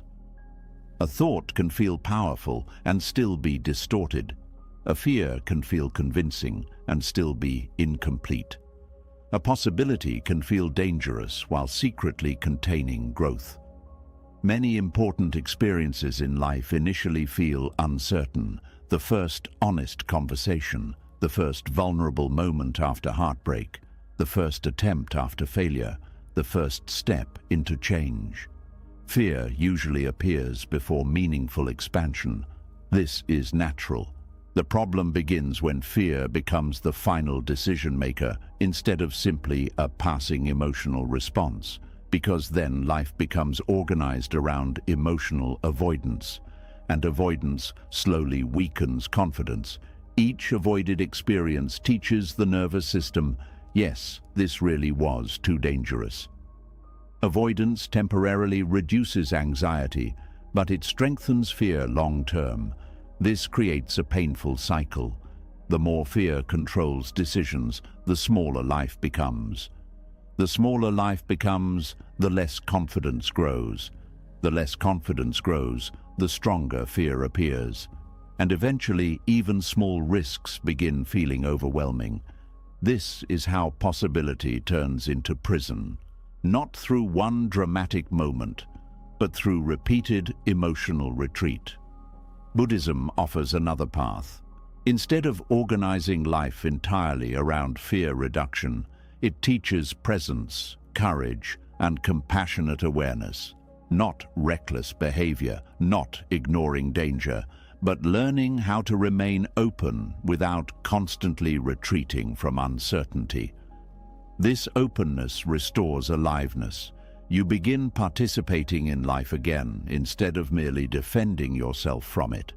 And participation changes the nervous system deeply, because confidence is not built through endless control. Confidence is built through direct experience. You survive difficult conversations. You survive mistakes. You survive uncertainty. You survive vulnerability. And slowly, the mind stops seeing every unknown as fatal. This is why courage and peace are deeply connected. Not because courageous people feel no fear, but because they no longer allow fear to completely imprison possibility. The Buddha understood something profound about human suffering. Attachment to comfort and certainty often traps people inside cycles of fear. They cling tightly to emotional security while life itself keeps changing. But peace comes through flexibility, not rigid control. Water survives because it flows. Trees survive storms because they bend. The rigid branch breaks first. Fear creates rigidity. Presence creates adaptability, and adaptability creates emotional freedom. This freedom is not external perfection. It is internal spaciousness, the ability to remain emotionally alive without constantly retreating into defense. There are people who look successful externally yet remain deeply imprisoned internally, afraid to disappoint others, afraid to fail, afraid to slow down, afraid to be seen honestly, afraid to change direction. Fear controls their choices even while the world praises them. Meanwhile, another person with fewer external achievements may feel deeply alive internally because they are no longer organized entirely around fear. This is why inner freedom matters more than appearances. Fear's prison is psychological before it becomes visible externally. And one of the saddest parts of fear-based living is how it disconnects people from their authentic self. Fear creates performance, masking, people-pleasing, emotional suppression, pretending. The true self slowly becomes hidden beneath survival strategies. This creates exhaustion because pretending requires constant energy. The nervous system never fully relaxes when authenticity feels unsafe. But authenticity is deeply healing, not because everyone will approve of you, they will not, but because truth creates internal alignment. And alignment creates peace. Fear says, hide who you are to stay safe. Wisdom says, living disconnected from yourself is its own form of suffering. This does not mean revealing everything carelessly to everyone. Buddhism values discernment. But it does mean recognizing how often fear silences the deepest parts of the human spirit. There are dreams people never speak aloud because fear mocks them first. Talents never explored because fear predicts failure. Conversations never had because fear expects rejection. Lives never fully lived because fear constantly says, not safe. And perhaps one of the most painful prisons fear creates is the prison of self-limitation. A person begins believing they are incapable of more, not because reality proved it fully, but because fear repeated it long enough. I could never do that. I am not strong enough. I will always be this way. My life cannot change. These thoughts become emotional walls, but thoughts repeated often are not automatically truth. Buddhist awareness helps reveal how identity itself can become shaped by fear-conditioned thinking. And once this conditioning becomes visible, transformation becomes possible. Because prisons built by thought can begin dissolving through awareness. Slowly, patiently, compassionately, you begin testing fearful assumptions instead of automatically obeying them. You notice how many limits were emotional predictions rather than objective facts. You stop allowing fear to define the entire future, and with time, possibility returns, not because life suddenly becomes easy, but because the walls inside the mind begin weakening. This creates enormous emotional relief. Breathing deepens again. Curiosity returns. Hope feels possible again. The nervous system no longer treats every unknown as danger. And perhaps most importantly, life begins feeling open again. Not perfectly certain, not fully controlled, but alive. There is something sacred about rediscovering openness after years of fear. The world feels less narrow. The future feels less doomed. The heart feels less trapped. And you realize something important. Fear was never protecting your life as completely as it promised. Many times, it was simply preventing you from fully entering it. Tonight, perhaps you can notice where fear has quietly reduced your world, where possibility became avoidance, where caution became imprisonment, where survival became more important than aliveness. And perhaps very gently, you can begin loosening those bars. Not all at once, not through force, but through awareness, through breath, through small acts of courage, through the quiet understanding that life was never meant to be lived entirely behind emotional walls. Possibility still exists, even now, even after fear. Even inside this unfinished life, you are still learning how to trust. As fear slowly loosens its grip, life begins opening again. Possibility returns. The heart becomes less trapped inside survival. But even after learning not to live inside fear, another struggle quietly remains. Many people still suffer because they keep fighting the timing of life itself. They want healing now, answers now, success now, love now, relief now. And when life unfolds slower than expected, frustration begins growing inside the heart. Doubt appears, comparison appears, hopelessness appears. The mind starts asking, why is nothing happening for me yet? But some things in life cannot be forced before their season arrives. There is a kind of pain that comes from feeling out of sync with life. You work hard, try to grow, try to heal, try to move forward, yet certain doors remain closed longer than expected. Certain prayers seem unanswered. Certain dreams move slowly, and slowly impatience begins turning into emotional suffering. Many people are not only tired from fear, they are tired from fighting timing. The human mind struggles deeply with waiting. It wants visible results quickly because visible progress creates emotional reassurance. The mind says, if things are moving fast, then I am safe, then life is working, then I can relax. But life rarely unfolds according to human impatience. Nature itself teaches this constantly. Trees do not force themselves to grow overnight. Rivers do not rush to the ocean in panic. Seasons do not skip their unfolding simply because humans demand speed. Yet the modern mind constantly resists gradual unfolding. People want instant healing after heartbreak, instant confidence after insecurity, instant peace after years of anxiety, instant success after effort. And when life moves slowly, they begin doubting themselves, doubting the path, doubting existence itself. But Buddhism teaches something deeply calming. Timing is part of wisdom too. Not everything meaningful grows quickly. Some lessons require waiting. Some forms of growth happen invisibly before becoming visible externally. Some doors remain closed because the soul is still becoming capable of carrying what it asks for. This is one of the hardest truths for the impatient mind to accept, because impatience often hides a deeper. Emotional fear, the fear that nothing good is coming at all, that fear creates urgency, and urgency creates suffering. People begin forcing relationships that are not ready, forcing decisions before clarity arrives, forcing healing before the heart has softened, forcing life into timelines that reality itself is not following.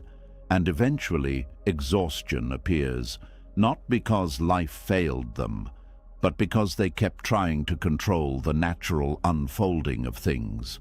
Buddhist understanding of karma is often misunderstood. Many people think karma simply means punishment or reward. But karma is more deeply connected to cause and effect. Energy creates consequences. Actions shape future conditions. Thoughts influence emotional reality. Intentions matter, yet karma also unfolds through timing. Seeds planted today do not bloom tomorrow morning. Growth happens through process, and process requires patience. This is why trust becomes essential on the spiritual path. Not passive waiting, not laziness, but trust that meaningful things often require unseen development before visible change appears. Many people abandon themselves too early because they do not see immediate results. A person begins healing work but stops because pain still exists after a few weeks. Someone starts building a dream but quits because success arrives slowly. A person opens their heart slightly but closes again because vulnerability still feels uncomfortable. The modern mind has become addicted to immediate confirmation, but many important transformations happen quietly for long periods before external evidence appears. Bamboo grows underground for years before shooting upward rapidly. During those invisible years, roots are strengthening beneath the surface. Human growth often works similarly. There are seasons where almost everything important is happening internally. Yet, because external proof is missing, the fearful mind assumes nothing is happening at all. This misunderstanding creates hopelessness. Hopelessness says, if I cannot see results yet, the process must be failing. But life is rarely that simple. Some experiences are preparing you slowly for what comes later. Some delays are not punishment. Some waiting seasons are not abandonment. Some forms of silence are not absence. Buddhism teaches deep respect for process because forcing life often creates unnecessary suffering. The flower forced open too early dies quickly. Fruit picked before ripening lacks sweetness. Wisdom rushed prematurely becomes shallow understanding instead of embodied truth. Timing matters. And one reason humans suffer so much emotionally is because they compare their unfolding to other people constantly. Someone else seems ahead financially, ahead romantically, ahead spiritually, ahead professionally, and comparison quietly poisons trust. Instead of honoring their own path, people begin panicking about pace. But every life unfolds differently because every soul carries different conditions, lessons, wounds, strengths, and timing. Comparison ignores this completely. It turns life into competition instead of experience. And once life becomes competition, peace disappears quickly. The mind constantly measures, constantly evaluates, constantly worries about being behind. But behind whom? According to what timeline? Human beings create imaginary schedules for life and then suffer whenever reality unfolds differently. By 30, this should happen. By 40, this should happen. By now, I should already feel healed. By now, life should already make sense. And when reality refuses these mental timelines, shame appears. But Buddhism teaches that shame often comes from attachment to expectation. Reality itself may simply be unfolding differently than imagined. This is why trusting karma also means trusting that life is not only visible through immediate outcomes. Sometimes your current season is teaching patience because patience itself is part of your growth. Sometimes your current season is strengthening emotional resilience before success arrives. Sometimes your current season is softening the ego before love deepens. Sometimes your current season is helping you detach from unhealthy desires before healthier opportunities emerge. But impatient minds cannot easily see invisible growth. They only focus on visible arrival. This creates enormous emotional suffering because much of life happens gradually. Healing especially unfolds slowly. People often expect healing to feel linear and predictable. But real healing moves in layers. One month feels peaceful, another month feels difficult again. Old wounds resurface unexpectedly. Grief changes shape repeatedly. The impatient mind interprets this as failure, but healing is not mechanical, it is human, and karma unfolds through accumulated conditions over time. This means change often happens subtly before becoming obvious. One calm response instead of emotional reaction. One moment of awareness during fear. One small act of courage. One honest conversation. One healthier decision. These moments seem small individually, but slowly they reshape inner life. The problem is that humans often dismiss gradual transformation because it lacks dramatic emotional intensity. They overlook quiet progress, but quiet progress is still progress. Buddhist practice values consistency more than emotional urgency.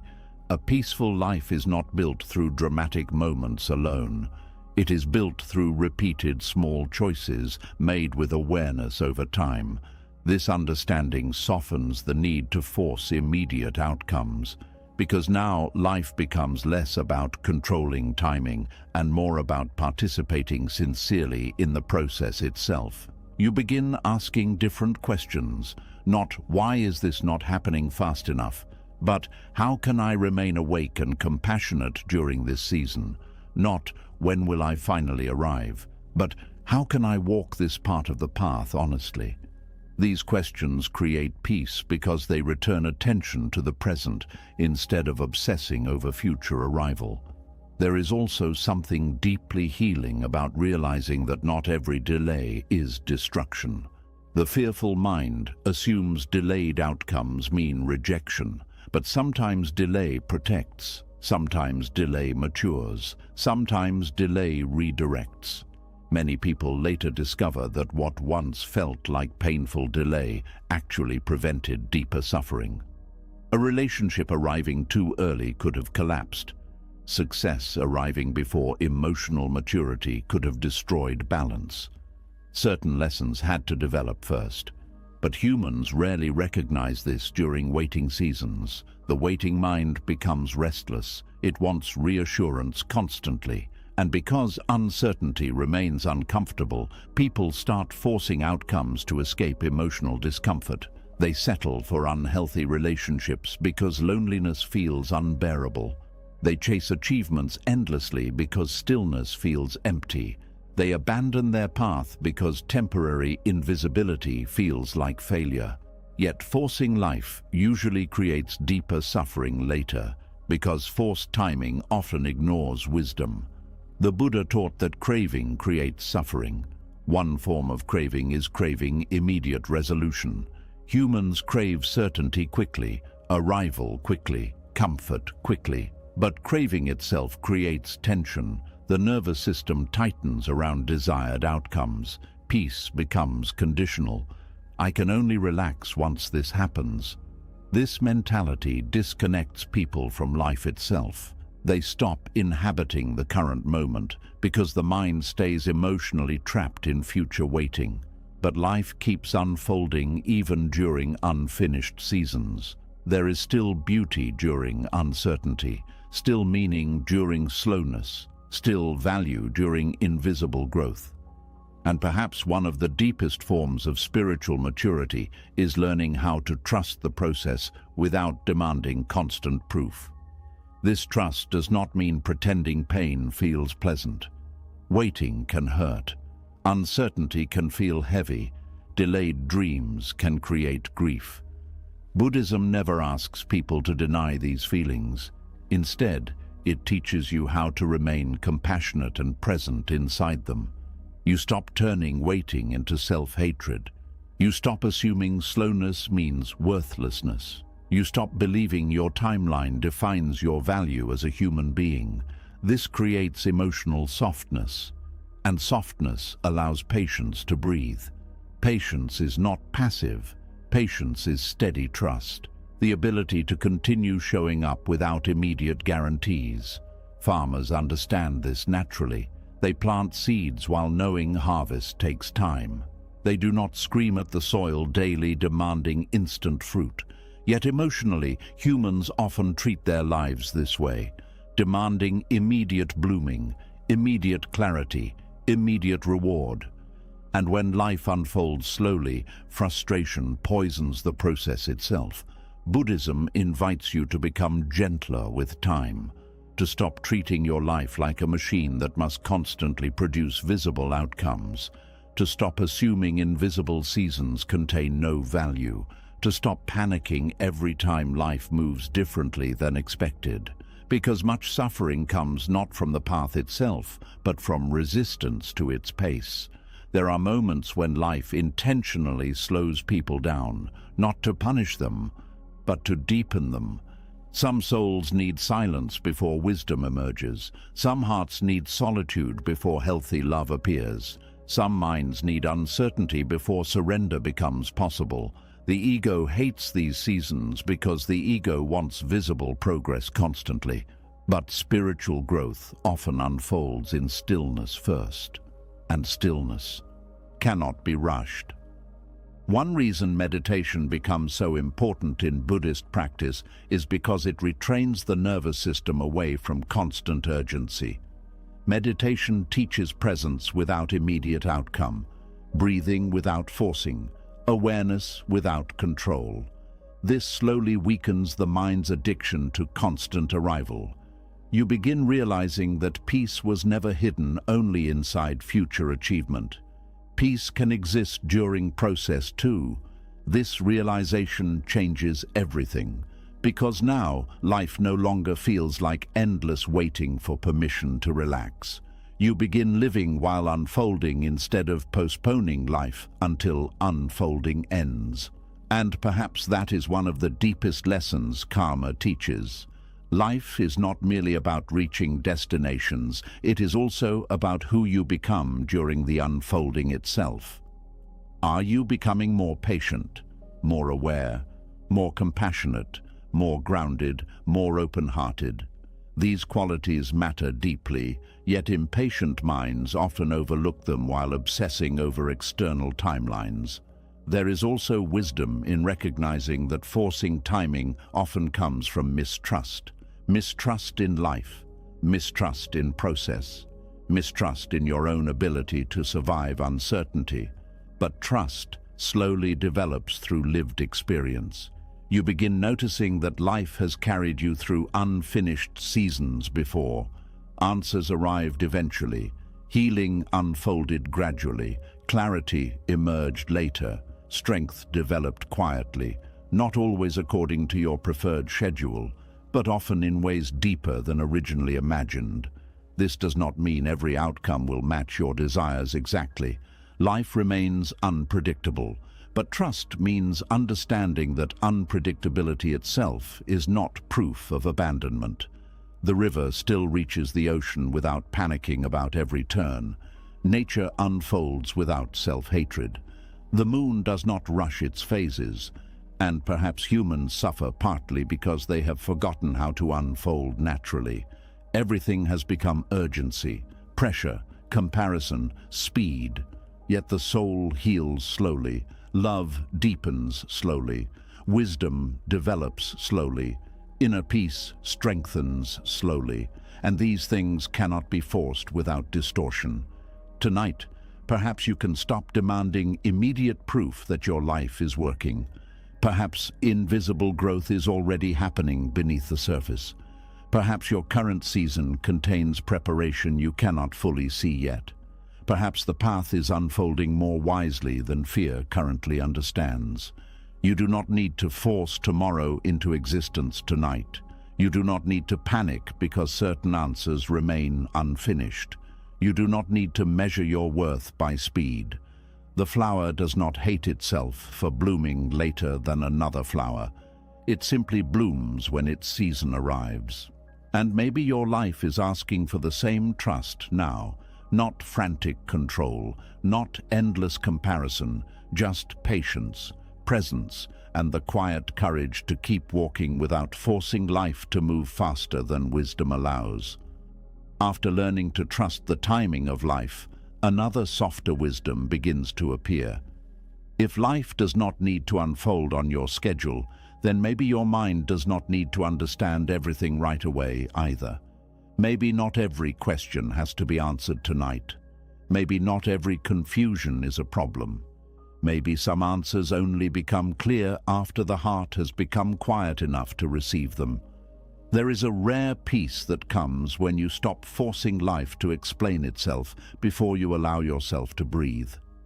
Many people are not only tired because life is difficult, they are tired because they keep demanding answers from moments that are still unfolding. They want to know why something happened, where everything is going, what a person truly meant, whether a decision will work, whether pain will end, whether the future will be kind, and whether their life is still moving in the right direction. The mind keeps asking, as if peace can only arrive after every question has been solved.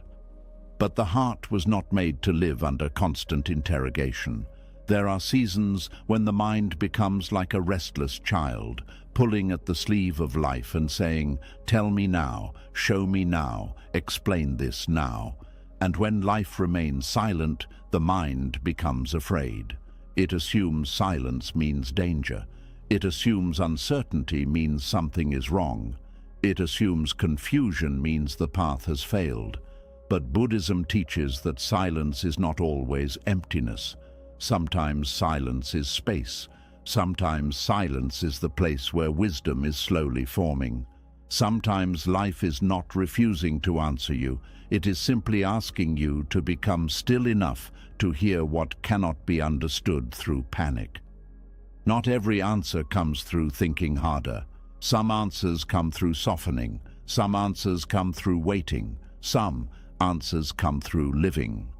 This is very difficult for the fearful mind because fear believes understanding everything will create safety. It says, "If I can just figure this out, I will finally relax." So the mind starts digging through every detail. It replays conversations. It studies old memories. It tries to predict people's behavior. It searches for hidden meanings. It turns small signs into big conclusions. It keeps building mental maps of a future that has not arrived. And still, peace does not come. Because there is a kind of knowing that only appears when the mind stops grabbing. Buddhist peace is not built on having every answer. It is built on learning how to remain present, even when some answers are missing. This is a very different kind of strength. Most people think strength means solving everything quickly. But sometimes strength means standing calmly inside the unsolved without turning it into suffering.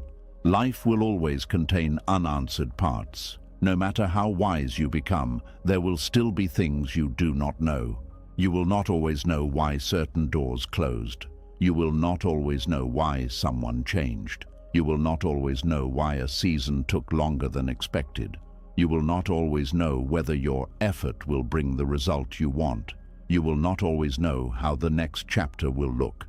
And yet, you can still live. You can still breathe. You can still act kindly. You can still take one honest step.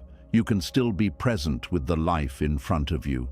The need to know everything now often comes from fear, not wisdom. Wisdom asks questions with patience. Fear asks questions with panic. Wisdom is curious. Fear is desperate. Wisdom can wait for truth to ripen. Fear wants to tear the fruit from the tree before it is ready. And when you rush an answer before it's time, you may end up holding something unripe, bitter, and incomplete. This happens often in life. A person wants immediate clarity about a relationship, so they force conclusions before understanding has matured. Another person wants instant certainty about their path, so they abandon something meaningful too early. Someone else wants to understand their pain so quickly that they do not allow grief to move naturally through the heart. They try to explain everything while they are still bleeding emotionally, but some pain cannot be understood at the exact moment it arrives. At first, it can only be held gently. There is deep compassion in this. You do not need to understand your wound completely before you begin caring for it. A child who falls does not need a full explanation of gravity before receiving comfort. In the same way, your heart does not need every spiritual answer before it deserves tenderness. Sometimes the most Buddhist thing you can do is stop demanding that your pain become meaningful immediately and simply sit beside yourself with kindness. This is where many people become harsh with themselves. They think, "Why am I still confused? Why do I not know what to do? Why can't I move on? Why can't I understand this yet?" But confusion is not failure. Confusion is often the mind standing at the edge of something new before the next level of understanding has arrived. A foggy morning does not mean the sun is gone. It only means the air is still clearing. The same is true inside you. When you do not have every answer, it does not mean wisdom has abandoned you. It may mean wisdom is working quietly beneath the noise. It may mean the mind has reached its limit, and the heart must now learn another way of knowing. Buddhism teaches that the mind is useful, but it is not the whole of life. The thinking mind can plan, compare, remember, analyze, and solve. But it can also trap itself in loops. It can turn questions into cages. It can create suffering by demanding certainty where only direct experience can teach. There are answers you cannot think your way into. You must live your way into them. This is why forcing clarity can become another form of control. You are not only trying to understand, you are trying to dominate the unknown. You are trying to make life harmless by explaining it completely. But life is bigger than explanation. Some truths are not understood all at once. They are absorbed slowly through experience, silence, failure, healing, compassion, and time. Think of how many things in your past only made sense later. At the time you may have felt lost, rejected, delayed, or confused. But later you saw something you could not see then. Maybe that ending protected you. Maybe that delay shaped you. Maybe that disappointment redirected you. Maybe that lonely season taught you how to return to yourself. The answer came, but not when fear demanded it. This is why patience with unanswered questions becomes a spiritual practice. It teaches humility. It reminds you that your current understanding is not the final truth. It helps you stop worshipping your immediate interpretation of life. Fear always wants to define things too early. It says, "This is bad. This is over. This is hopeless. This means you failed. This means nothing will change." But life may still be unfolding in ways you cannot yet see. When you do not need every answer now, you give life permission to reveal itself more honestly. You stop squeezing meaning out of moments before they have finished speaking. You stop forcing your mind to carry conclusions that are not ready. This brings relief. The body feels it first. The shoulders soften. The breath grows deeper. The jaw loosens. The heart stops bracing so tightly. You begin realizing that not knowing everything is uncomfortable, but it is not unbearable. You can survive not knowing. You can rest while questions remain open. This is a powerful realization because many people treat uncertainty like an emergency. The unanswered question becomes a fire in the mind. They feel they must solve it immediately or they will not be okay. But when you practice sitting with the unanswered, you discover something surprising. The question may still be there, but you do not have to burn inside it. You can let the question sit beside you without letting it rule you. This is a rare peace. It is rare because most people are addicted to mental closure. They want every story neatly finished, every person clearly understood, every future fully predicted, every pain explained. But life is not always neat. Sometimes it is layered, slow, mysterious, contradictory, beautiful and painful at the same time. The mature heart learns how to live without turning every mystery into panic. Buddhism does not ask you to stop seeking truth. It asks you to stop seeking truth with a trembling fist. There is a difference between sincere inquiry and anxious obsession. Sincere inquiry opens the mind. Anxious obsession tightens it. Sincere inquiry listens. Anxious obsession demands. Sincere inquiry can breathe. Anxious obsession cannot rest. When the mind becomes obsessed with answers, it often stops seeing what is already available. It ignores the simple next step because it wants the full map. It ignores the wisdom of the body because it wants perfect logic. It ignores the present moment because it wants future certainty. But often the next step is all you need, not the entire explanation, not the full ending, just the next honest step. Drink the water, make the call, rest your body, tell the truth gently, do the work in front of you, let the heart settle, return to the breath. Sometimes life becomes clearer, not because you solved everything, but because you stopped overwhelming yourself with too many demands at once. The mind loves complexity when it is afraid. It takes one question and turns it into 20. It takes one decision and turns it into a maze. It takes one emotion and turns it into a life sentence. But presence simplifies.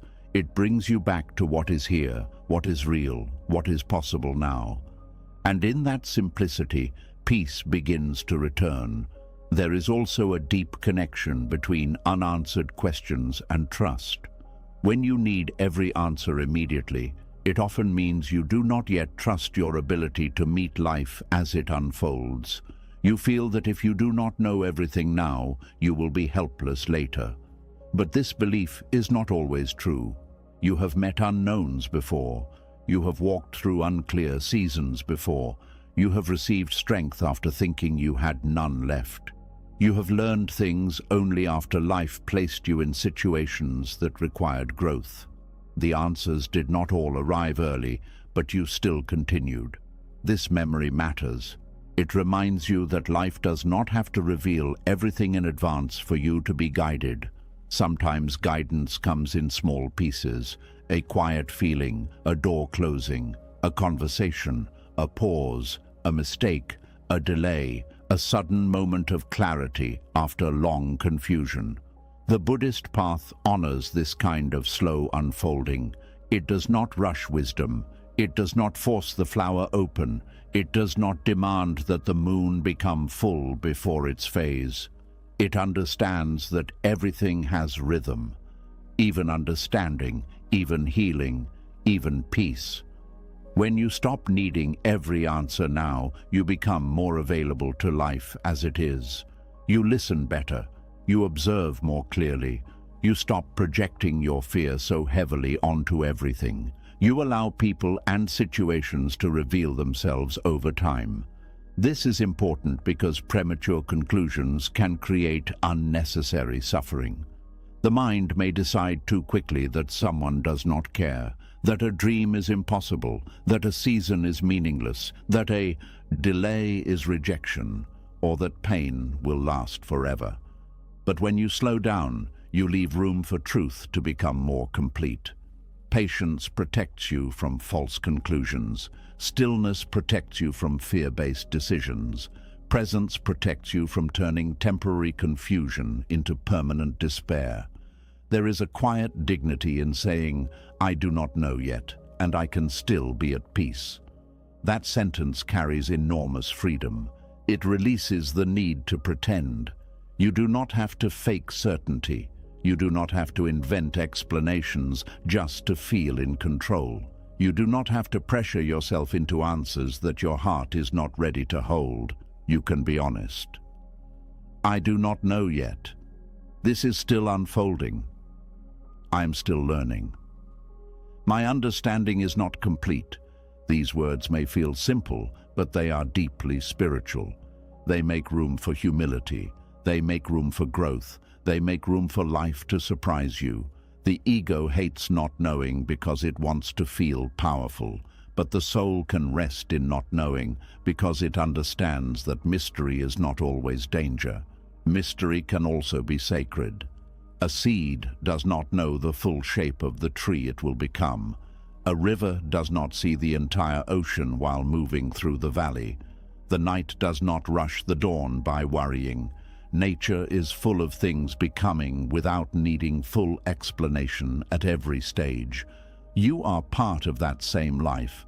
You are allowed to be in process. You are allowed to be unfinished. You are allowed to carry questions without turning them into shame. This is especially healing for people who feel behind in life. They want answers because they believe answers will prove they are not lost. But sometimes the desire for proof becomes another burden. You do not need to prove that your path is valid every day. You do not need to understand every turn before the road can still be meaningful. Some paths only make sense after they have shaped you. Some lessons only reveal themselves after they have softened your pride, deepened your compassion, or strengthened your patience. This is why not needing every answer now becomes a form of faith, not blind faith, not passive belief, but a quiet willingness to remain open while life continues unfolding. You trust that clarity can come later. You trust that confusion is not the end. You trust that unanswered questions do not make your life worthless. You trust that peace is still possible before certainty arrives. This is a different kind of peace than most people search for. Most people search for the peace of resolution, the peace of finally knowing, the peace of having no more loose ends. But Buddhism points toward a deeper peace, the peace that exists even before resolution, the peace of breathing inside mystery, the peace of walking without the whole map, the peace of letting life be unfinished without calling it broken. This peace is rare because it cannot be bought, rushed, or forced. It grows through practice. Every time you stop chasing an answer in panic and return to your breath, you strengthen it. Every time you allow a question to remain open without attacking yourself, you strengthen it. Every time you choose presence over mental pressure, you strengthen it. Slowly, the mind learns a new way. It learns that not knowing is not the same as failing. It learns that silence is not always abandonment. It learns that uncertainty can be held gently. It learns that life does not need to confess all its secrets before you are allowed to rest. And when this lesson sinks deeply into the heart, something beautiful happens. Your relationship with time changes. You stop treating the future like a locked door that must be broken open tonight. You stop treating unanswered questions like enemies. You stop treating confusion like proof that your life is wrong. You begin to move more softly. You begin to listen more deeply. You begin to trust that some answers are coming quietly, not loudly, and some answers may not come in the form you expected. Sometimes the answer is not a sentence. Sometimes the answer is peace after letting go. Sometimes the answer is strength after surviving. Sometimes the answer is a new desire replacing an old one. Sometimes the answer is realizing you no longer need the answer as badly as you once thought. That is a powerful moment. When the question that once controlled you no longer owns your inner life. When the future that once terrified you no longer steals your breath. When the explanation you once demanded no longer feels necessary for peace. This does not mean you stop caring. It means you stop suffering unnecessarily around what has not yet been revealed.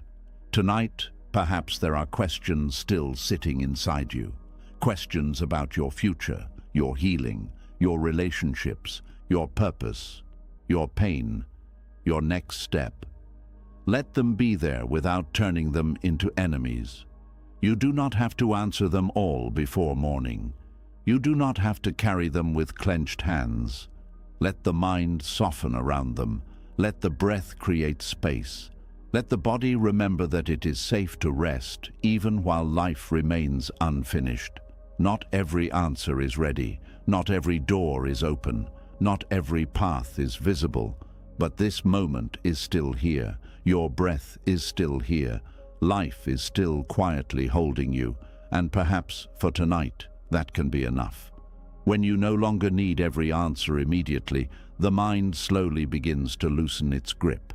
There is more breathing room inside the heart. more softness around uncertainty. But even then, another habit quietly remains hidden beneath the surface. The habit of mentally living inside disasters that have not happened. The body may be sitting safely in a quiet room, yet the mind is somewhere else entirely. Somewhere painful, somewhere frightening, somewhere catastrophic.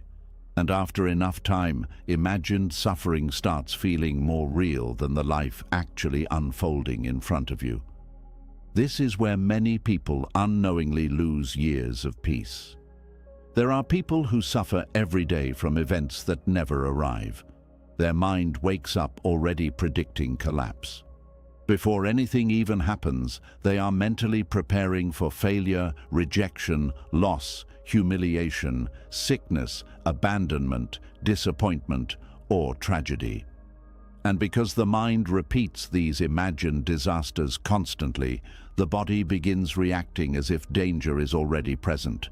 The chest tightens, the stomach hardens, breathing becomes shallow, sleep becomes restless, joy becomes difficult to receive. Even calm moments feel fragile because the mind keeps whispering something bad is coming. This is one of the most exhausting ways to live, not because reality is always unbearable, but because the mind never stops creating emotional emergencies. Buddhism understands this deeply. It teaches that suffering is often multiplied by mental attachment and projection. Pain may exist in life naturally, but the mind frequently creates additional suffering by imagining painful futures over and over again. This is why many people are emotionally exhausted long before anything difficult actually happens. They are fighting imagined disasters every day. The human brain has a survival instinct that constantly scans for danger. Long ago, this instinct helped human beings stay alive. It learned to notice threats quickly. But in modern life, this same survival system often becomes trapped in overdrive. The mind starts treating uncertainty itself as danger. A delayed message becomes rejection. A mistake becomes permanent failure. A difficult conversation becomes emotional catastrophe. A small symptom becomes terrifying illness. An uncertain future becomes hopelessness. Fear takes incomplete information and fills the empty space with disaster. And the more emotionally sensitive a person becomes, the more vivid these mental disasters can feel. The mind creates scenes so convincing that the body believes them. A person may sit peacefully at home while internally imagining losing everything. Their heart races over situations that exist nowhere except thought. This is why imagined disasters can feel physically real. The nervous system responds to mental images almost as strongly as direct experiences. That is why fear is so powerful, not because every fear is true, but because the body reacts before wisdom fully enters. Buddhism does not teach that you should never think about the future wisely. Wisdom matters, preparation matters, responsibility matters, but there is a difference between wise awareness and compulsive catastrophe. Wise awareness says, life contains uncertainty, so I will remain present and prepared. Catastrophic thinking says, everything could go wrong at any moment, so I must mentally suffer in advance. This second pattern slowly destroys peace, because imagined disasters never end. Once one fear fades, another quickly appears. The mind says, what if I lose this? What if they leave? What if I embarrass myself? What if I fail? What if life never improves? What if I cannot handle the future? And each question pulls attention away from reality and into emotional fiction. The tragedy is that many people eventually become strangers to the present moment because they spend so much time mentally rehearsing pain. A beautiful day arrives, but the mind is preparing for loss. Love appears, but the mind predicts abandonment. Opportunity appears, but the mind predicts humiliation. Rest appears, but the mind predicts danger. Fear steals experiences before life even touches them. This is why stopping imagined disasters is not simply positive thinking, it is a spiritual return to reality. Reality is often far smaller than fear's stories. Right now, perhaps your body is breathing safely. Right now, perhaps the room is quiet. Right now, perhaps no disaster is actually happening. Yet the mind can still create enormous suffering inside peaceful moments. This is what Buddhism asks you to notice carefully. Not to shame yourself, not to force your mind into perfection, but to become aware of how often your thoughts are creating pain that reality has not asked you to carry. Awareness changes everything, because once you notice the pattern clearly, you stop automatically believing every fearful mental image. You begin asking gentle questions instead. Is this actually happening right now? Am I responding to life itself or to a mental prediction? Is this thought protecting me wisely or simply frightening me? These questions create space between you and fear. And that space is deeply healing. Without space, every thought feels like truth, every fear feels like prophecy, every emotion feels permanent. But awareness reminds you that thoughts are mental events, not guaranteed realities. This is important because the mind often mistakes possibility for certainty. Something bad could happen, yes. Life contains uncertainty. But fear changes possibility into emotional certainty. The mind starts acting as though disaster is already guaranteed. This creates constant tension, and tension slowly exhausts the soul. Many people do not realize how addicted they have become to mentally preparing for pain. They think worrying keeps them safe. They believe if they emotionally rehearse disaster enough, they will somehow reduce suffering later. But usually the opposite happens. They simply suffer twice. First in imagination, then again if difficulty actually arrives. And often, the imagined suffering becomes larger than reality itself. How many nights have human beings lost to disasters that never happened? How many peaceful moments disappeared because the mind kept predicting collapse? How many opportunities were abandoned because fear painted terrifying futures that never arrived? This habit becomes especially strong in people who have experienced emotional pain before. Trauma teaches the nervous system to expect danger quickly. A person who has experienced betrayal may begin anticipating betrayal everywhere. A person who has experienced failure may begin expecting humiliation constantly. The mind tries to prevent future pain by scanning endlessly for warning signs. But this creates hypervigilance. Hypervigilance is exhausting because the nervous system never fully rests. It constantly watches, constantly predicts, constantly prepares. Even peaceful moments become emotionally unsafe because the mind expects interruption. Buddhist mindfulness gently retrains this pattern. Mindfulness teaches the nervous system how to return to direct experience instead of imagined catastrophe. Not tomorrow, not next year, not the terrifying mental movie. This breath, this chair, this sound, this moment. Mindfulness interrupts mental time travel, and mental time travel is where imagined disasters grow strongest. Fear almost always lives in the future. It says, what if? What if you lose everything? What if nobody understands you?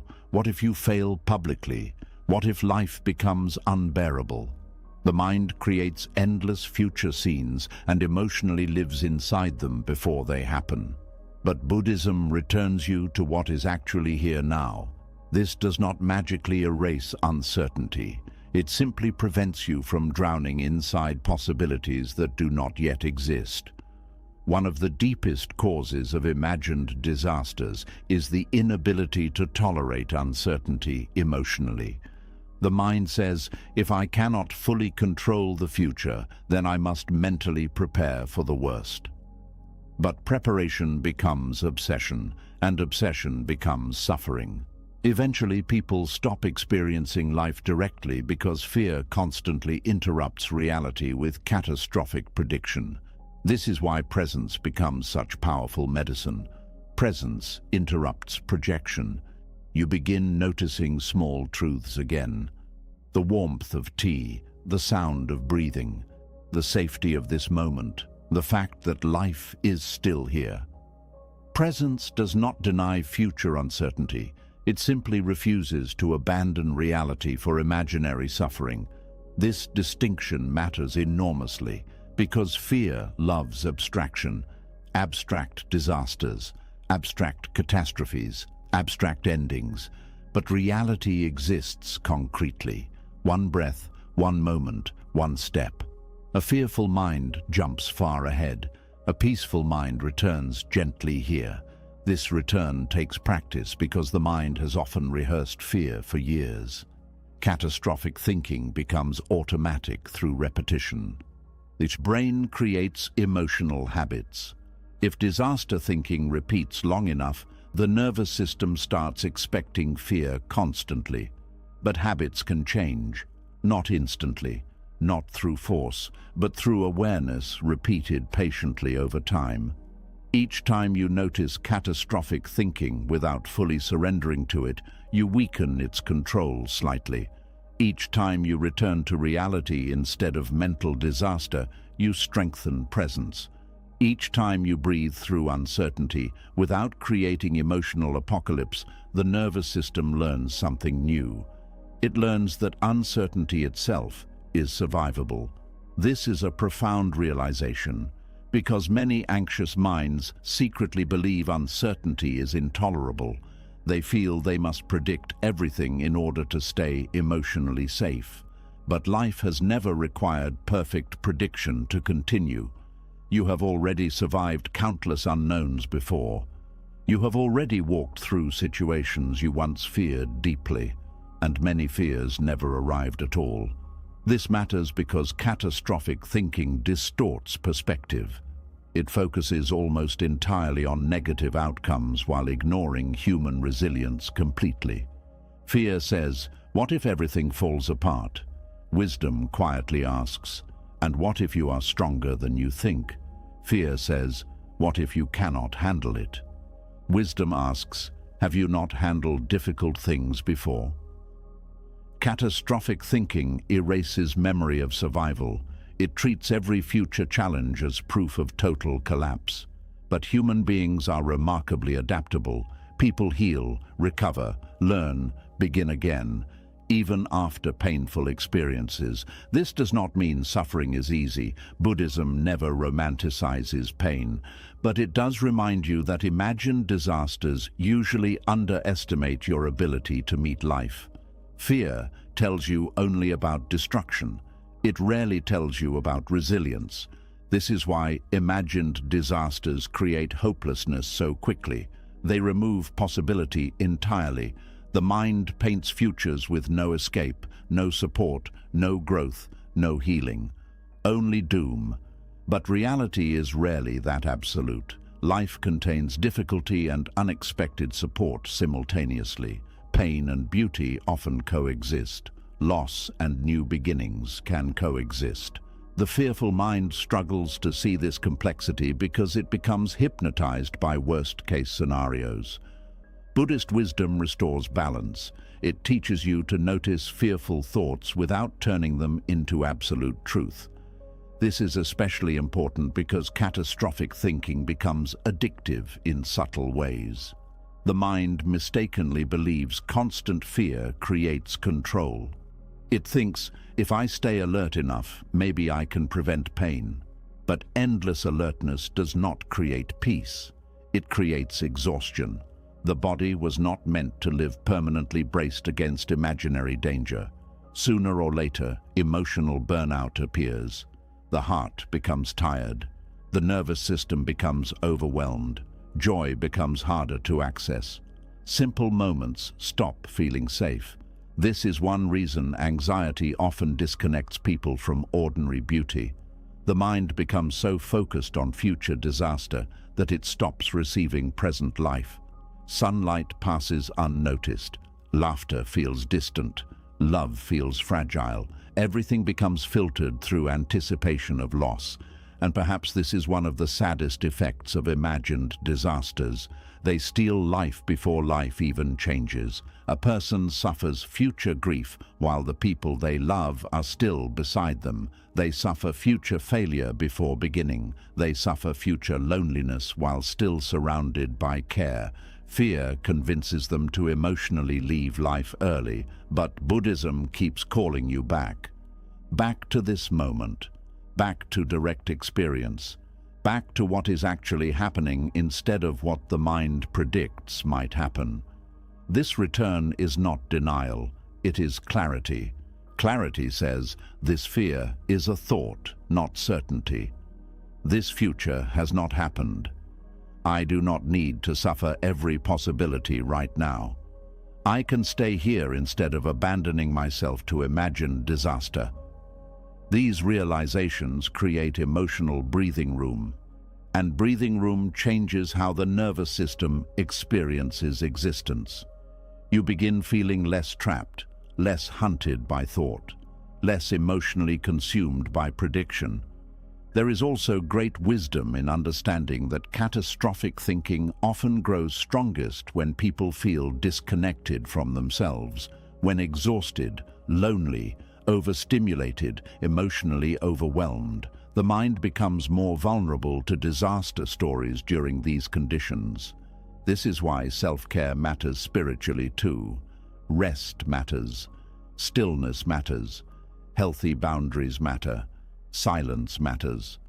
The nervous system cannot heal while constantly flooded with stimulation and fear. Modern life trains people to remain mentally overloaded. Endless news, endless comparison, endless pressure, endless information.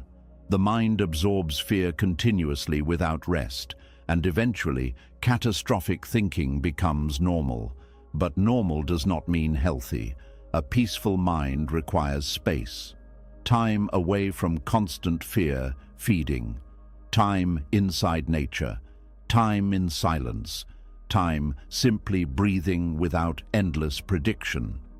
The Buddha often retreated into stillness because stillness reveals how noisy the fearful mind has become. Only in quiet moments do many people finally notice how often they are mentally rehearsing disaster. And once noticed clearly, the pattern can begin softening. Not through violence against yourself, not through shame, but through compassionate awareness. You stop attacking yourself for having fearful thoughts. Instead, you gently stop feeding them unquestioningly. This gentleness matters deeply, because harsh self-judgment often strengthens fear further. A frightened mind does not heal through punishment. It heals through safety, compassion, presence, patience. Slowly, the nervous system learns a new truth. Not every thought deserves panic. Not every possibility deserves suffering.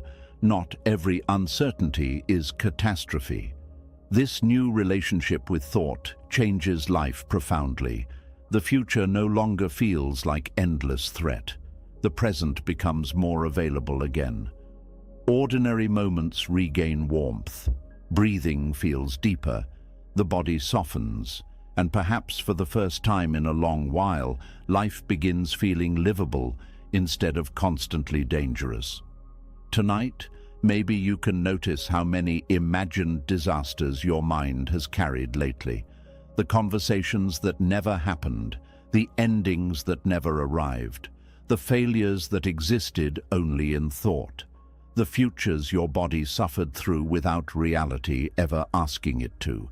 And maybe, gently, you can begin setting some of those invisible burdens down, not because life is perfectly certain, but because your soul deserves more than endless rehearsal of pain. You deserve moments untouched by catastrophe, moments where this breath is enough, moments where the future is allowed to remain unwritten, moments where the mind finally stops turning possibility into fear and begins returning quietly to life itself. After spending so much time inside imagined disasters, the mind slowly becomes tired of carrying realities that do not exist. Fear loses some of its authority. The constant prediction, the endless mental rehearsing, the emotional panic about tomorrow all begin to feel heavy. And somewhere beneath that exhaustion, a quieter desire finally appears. The desire to return, not to the past, not to fantasy, but to what is actually real. There comes a moment when a person realizes how much of life has been lived inside thought instead of direct experience. The body walks through the world, but the mind lives somewhere else entirely, somewhere in memory, somewhere in fear, somewhere in prediction, somewhere in endless mental stories. And because of this, reality itself begins feeling distant. This is one of the deepest forms of suffering, not simply pain, but disconnection from what is actually here. A person drinks tea without tasting it because their mind is replaying old conversations. They sit beside people they love while mentally preparing for future loss. They walk beneath the sky without seeing it because anxiety keeps pulling them into imagined futures. The present moment quietly disappears beneath mental noise. This is why Buddhism places so much importance on returning to what is real, because reality itself is often far gentler than the mind's constant storytelling. The mind creates layers upon layers of interpretation. A simple event happens, and immediately thought begins building stories around it. Someone becomes quiet, and the mind says, "They are upset with me." A plan changes, and the mind says, "Everything is falling apart." A difficult emotion appears, and the mind says, "I will feel this forever." Very quickly, direct reality becomes buried beneath mental projection. But reality itself is usually simpler. A person was simply quiet. A plan simply changed. An emotion simply appeared. The suffering often comes from the story added afterward. This is one of the most important Buddhist understandings. Human beings do not only experience life directly, they experience their interpretation of life. And fearful interpretation can create enormous suffering even during relatively ordinary moments. Returning to what is real means learning how to separate direct experience from mental storytelling. This takes awareness because the mind moves quickly. It automatically labels, predicts, judges, compares, dramatizes, and interprets. Most people are so identified with these mental movements that they do not even notice them happening. Thought feels like reality. Fear feels like truth. Stories feel factual. But mindfulness interrupts this automatic fusion. Mindfulness gently asks, what is actually happening right now? Not what the mind predicts, not what fear imagines, not what memory projects. What is truly here? This question becomes incredibly healing because it brings the nervous system back into contact with reality instead of fantasy. Right now, perhaps there is breathing, a chair beneath the body, air entering the lungs, a sound in the distance, a heartbeat continuing quietly. Reality is usually happening in very ordinary ways, but the mind constantly leaves ordinary reality, searching for emotional certainty elsewhere. One reason people become so trapped inside mental suffering is because they mistake thinking for living. They think endlessly about life instead of inhabiting it. Thinking has value, of course. Buddhism never rejects the mind entirely. The mind can learn, reason, reflect, and understand. But excessive mental activity without awareness creates disconnection. A person can think about peace constantly while never actually feeling present enough to experience peace directly. This is why Buddhist practice emphasizes embodiment, returning to the body, returning to the breath, returning to sensation, returning to what can actually be touched, heard, felt, and lived now. The breath becomes especially important because breathing always happens in the present moment. The mind travels through time constantly, but breathing remains here. This is why the Buddha taught awareness of breathing as such a powerful path back to reality. When attention rests fully on breathing, mental noise begins slowing slightly. The body softens. The nervous system reconnects with direct experience instead of endless thought. And for many people, this feels unfamiliar at first, because they have spent years living inside mental abstraction, worrying, planning, rehearsing, regretting, predicting. The mind becomes so crowded that silence itself starts feeling uncomfortable, but underneath that discomfort is something beautiful: stillness. Stillness allows reality to become visible again, not dramatic reality, not spiritual fantasy, simple reality. This moment, this breath, this ordinary existence unfolding quietly. There is something deeply sacred about ordinary reality once the mind stops constantly escaping it. A bird singing outside a window, warm water running over your hands, a loved one's voice, sunlight on a wall, the feeling of tiredness at the end of a long day. These moments seem small, but they are life itself, and many people miss them entirely because the mind remains trapped somewhere else. Buddhism teaches that awakening is not necessarily about escaping ordinary life.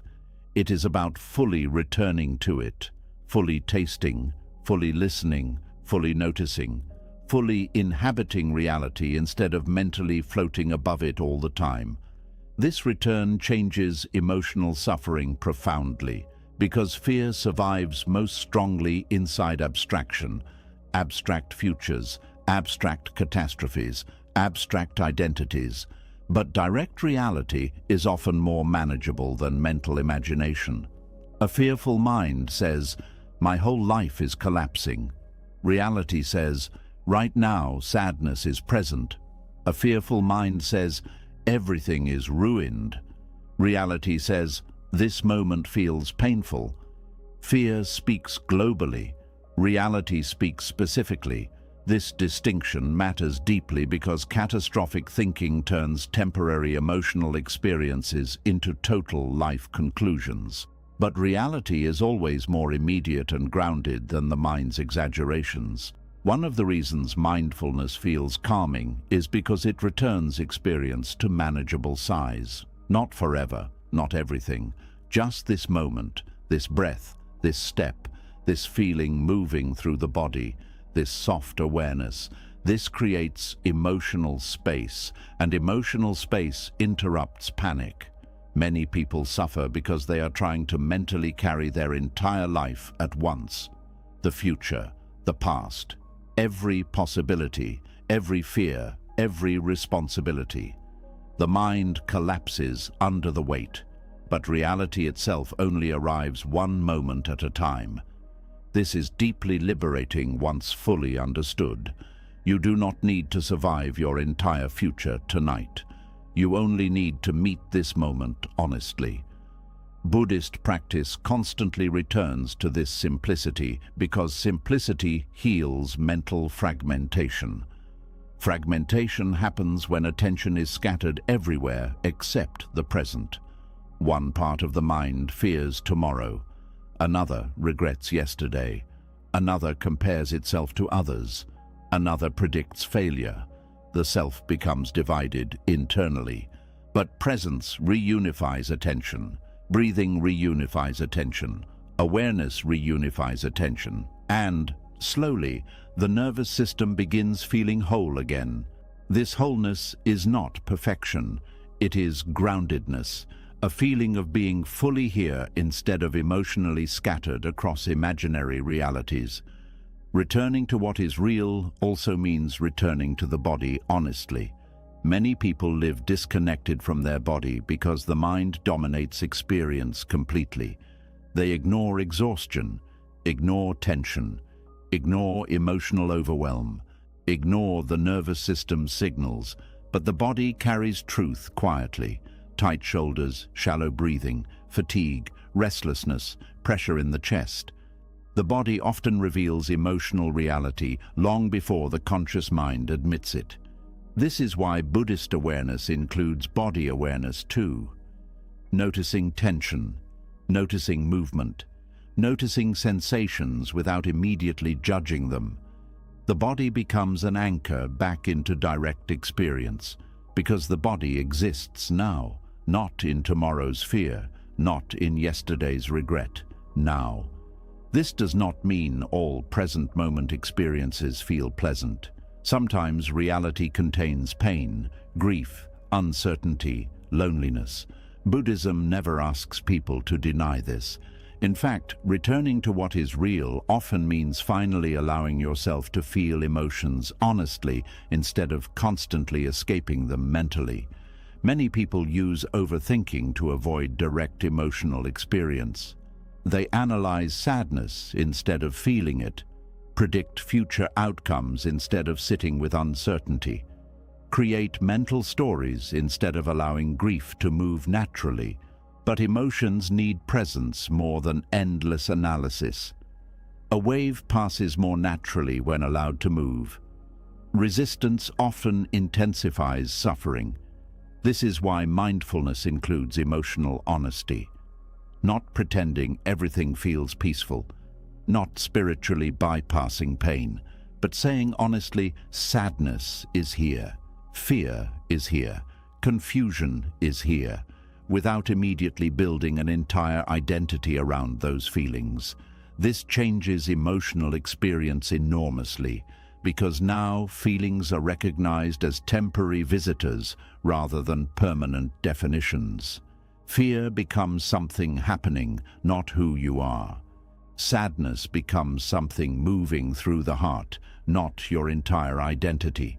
This creates spaciousness around emotional pain, and spaciousness allows healing. Returning to what is real also weakens ego-driven suffering.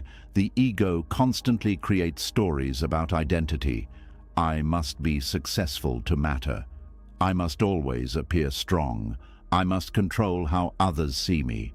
I must prove my worth. These mental constructions create enormous pressure. But reality itself is simpler than ego's endless performance demands.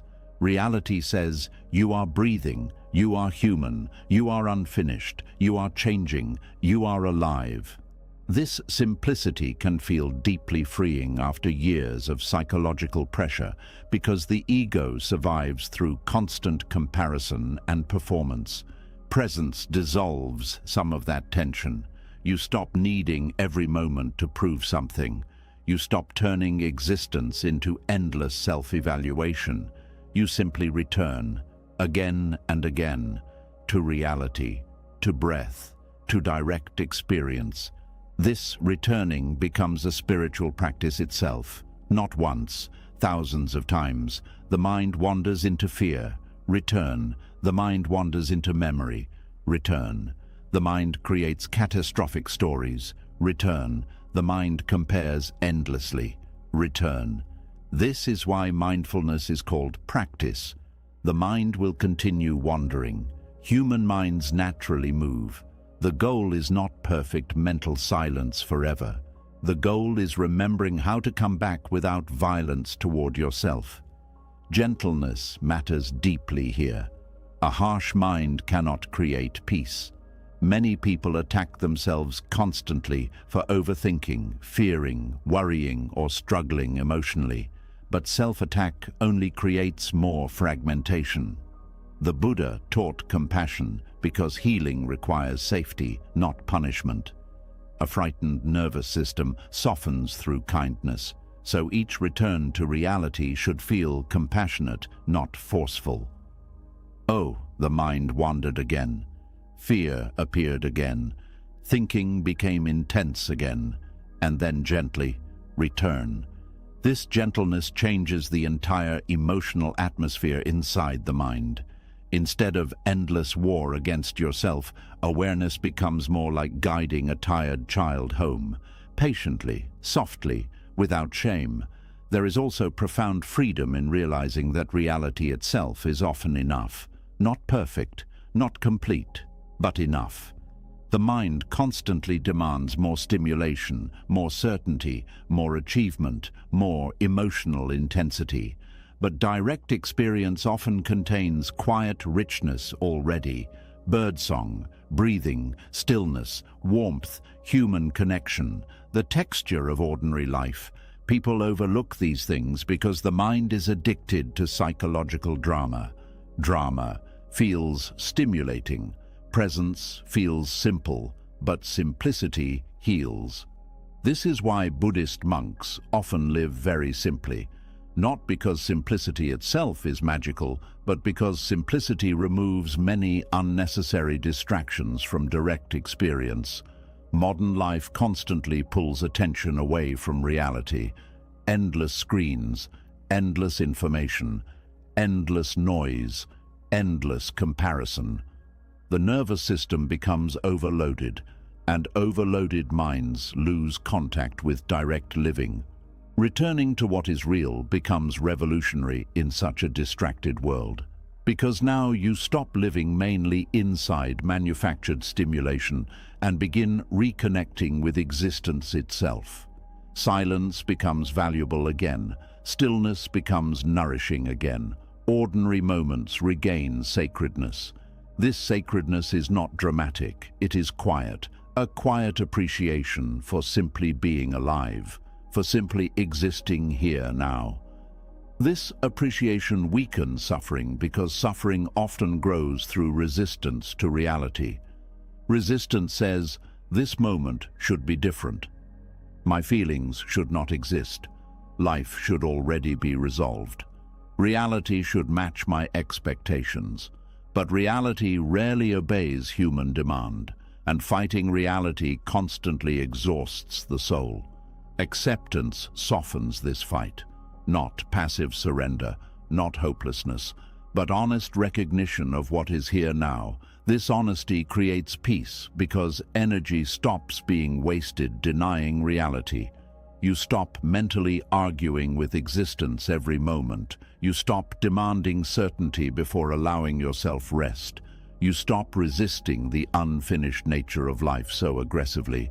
And slowly, life begins feeling more intimate again, more direct, more alive, more human. This intimacy with reality creates gratitude naturally, not forced positivity, not denial of suffering, but simple appreciation for being able to experience life directly again, to breathe consciously, to feel sunlight, to hear rain, to sit quietly without constant mental warfare. These experiences become deeply meaningful once the mind stops abandoning reality constantly. Tonight, perhaps you can gently return again, not to your fears, not to tomorrow, not to the endless stories of the mind, but here, to the feeling of breathing, to the sound around you, to the body resting right now, to this unfinished but real moment. Life is happening here, not inside every imagined future. Reality is waiting patiently beneath the noise, and perhaps peace has never been as far away as the fearful mind once believed. When you return to what is real, you begin to notice something the fearful mind often misses. The life in front of you may not look like the life you once wanted, but it may be shaping something inside you that comfort alone could never build. The ordinary days, the delays, the quiet disappointments, the unanswered questions, and even the parts you wish were different, may be carrying lessons your dream life could not teach so deeply. There is a hidden kind of wisdom inside the life you are living now. Not because everything is easy, not because everything feels fair, not because every pain has a simple reason, but because this present life, with all its rough edges, keeps meeting you exactly where your soul still needs to grow. Many people spend years looking at their current life as if it is only a waiting room. They tell themselves, "This is not my real life yet. My real life will begin when I have more money, when I find love, when I move somewhere better, when my body feels stronger, when my mind is healed, when people finally understand me." So they live with one foot outside the present, always reaching toward a better version of existence. And there is nothing wrong with wanting growth. There is nothing wrong with dreaming, building, hoping, and moving toward something brighter. But suffering begins when the dream life becomes so powerful in the mind that the current life starts feeling worthless. This is where Buddhism becomes deeply compassionate. It does not ask you to abandon your dreams. It asks you to stop abandoning your present life because of them. Because the life you are living now is not empty. It is not useless. It is not just a mistake you must escape from before meaning can begin. It may be teaching patience in a way quick success never could. It may be teaching humility in a way praise never could. It may be teaching compassion in a way comfort never could. It may be teaching strength in a way ease never could. The dream life often promises comfort. The current life often builds depth, and depth matters. A person who has never struggled may know how to enjoy blessings, but may not know how to sit beside someone in pain. A person who has never waited may know how to receive quickly, but may not know how to trust slowly. A person who has always been understood may not know the quiet strength of standing alone without bitterness. A person whose life always matched their plans may not know how to bend without breaking. This does not mean pain is good in itself. Buddhism does not ask you to glorify suffering. It simply teaches that suffering, when met with awareness, can become a doorway into wisdom. The same experience that hardens one person can soften another. The same delay that makes one person bitter can teach another person patience. The same loss that closes one heart can open another heart more deeply. The difference is not only what happens, the difference is how consciously it is met. Your current life may be asking you to meet yourself in ways your dream life would allow you to avoid. It may be showing you your attachments, your fears, your impatience, your need for control, your hunger for approval, your hidden anger, your quiet loneliness, your belief that you are not enough unless life looks impressive from the outside. These are not punishments, they are mirrors. And mirrors can be uncomfortable because they show what we would rather not see. But without seeing, healing remains shallow. Without awareness, patterns repeat quietly. Without honest contact with the present, the mind keeps chasing new circumstances while carrying the same old suffering inside. Many people believe that if they reached their dream life, they would automatically become peaceful. But peace does not always arrive through better conditions alone. If the mind remains restless, it will carry restlessness into success. If the heart remains fearful, it will carry fear into love. If the ego remains hungry, it will carry hunger into achievement.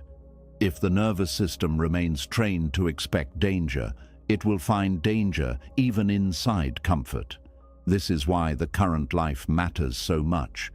It reveals what still lives inside you. A dream life can distract you from yourself. A current life often introduces you to yourself. This is not always pleasant. Sometimes your present life shows you how easily you compare, how quickly you lose trust, how deeply you fear being unseen, how much your peace depends on outcomes, how often you judge yourself for being unfinished. But these revelations are not there to shame you. They are there to free you, because whatever you can see clearly, you can begin to transform gently. Buddhist wisdom teaches that awareness is the beginning of liberation.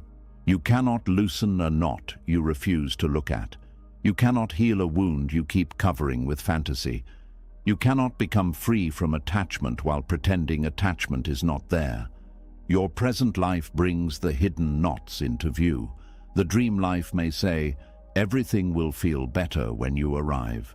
But the present life asks, can you learn to breathe here? Can you learn to be kind here? Can you learn to stop hating yourself here? Can you learn to live with dignity before the world gives you applause? That question is powerful, because if peace only exists after life changes, then peace remains fragile. It depends on circumstances. It can be taken away whenever conditions shift. But if peace begins growing inside this imperfect current life, then it becomes rooted more deeply. It becomes less dependent on external permission. This is the quiet strength Buddhism points toward. Not waiting for the perfect life before becoming present. Not waiting for every problem to disappear before practicing compassion. Not waiting for the future to approve of you before you treat this moment as sacred. Your current life may be teaching you how to stop making peace conditional. That may be one of its greatest lessons. Most people do not realize how many conditions they place on peace. I will be peaceful if people treat me correctly. I will be peaceful if my plans succeed. I will be peaceful if I never feel uncertain. I will be peaceful if I am admired, chosen, secure, comfortable, and understood. But life does not always meet those conditions, so peace keeps getting delayed. The Buddhist path gently removes some of those conditions. It teaches you to come back to the breath even when people misunderstand you, to practice kindness even when life moves slowly, to observe your thoughts even when fear speaks loudly, to remain present even when the future remains unclear. This is not easy, but it is real training. A dream life may give you what you want. Your current life may teach you who you are when you do not get it yet. That is a deeper lesson. It is easy to feel generous when life gives abundantly. It is harder to remain open-hearted when you feel unseen. It is easy to trust when everything works out quickly. It is harder to trust when the road is slow. It is easy to speak of patience when nothing tests you. It is harder to practice patience when your heart is tired of waiting. This is why your current life is not spiritually meaningless. It is where your practice becomes real. Buddhism is not only understood in quiet rooms, peaceful mornings, or perfect retreats.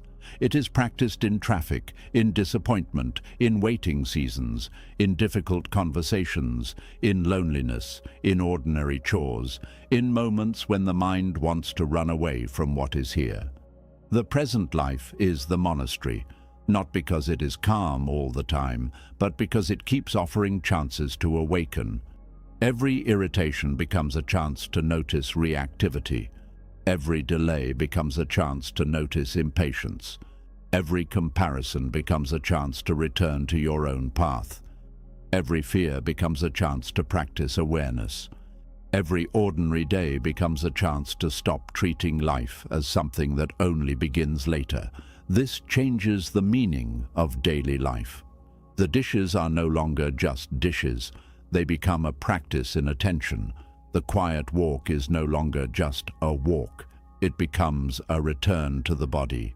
The difficult feeling is no longer just an obstacle. It becomes an invitation to meet yourself honestly. The unfinished season is no longer proof that life has failed. It becomes ground for patience, humility, and trust. This is how ordinary life becomes spiritual, not by becoming perfect, but by being met consciously.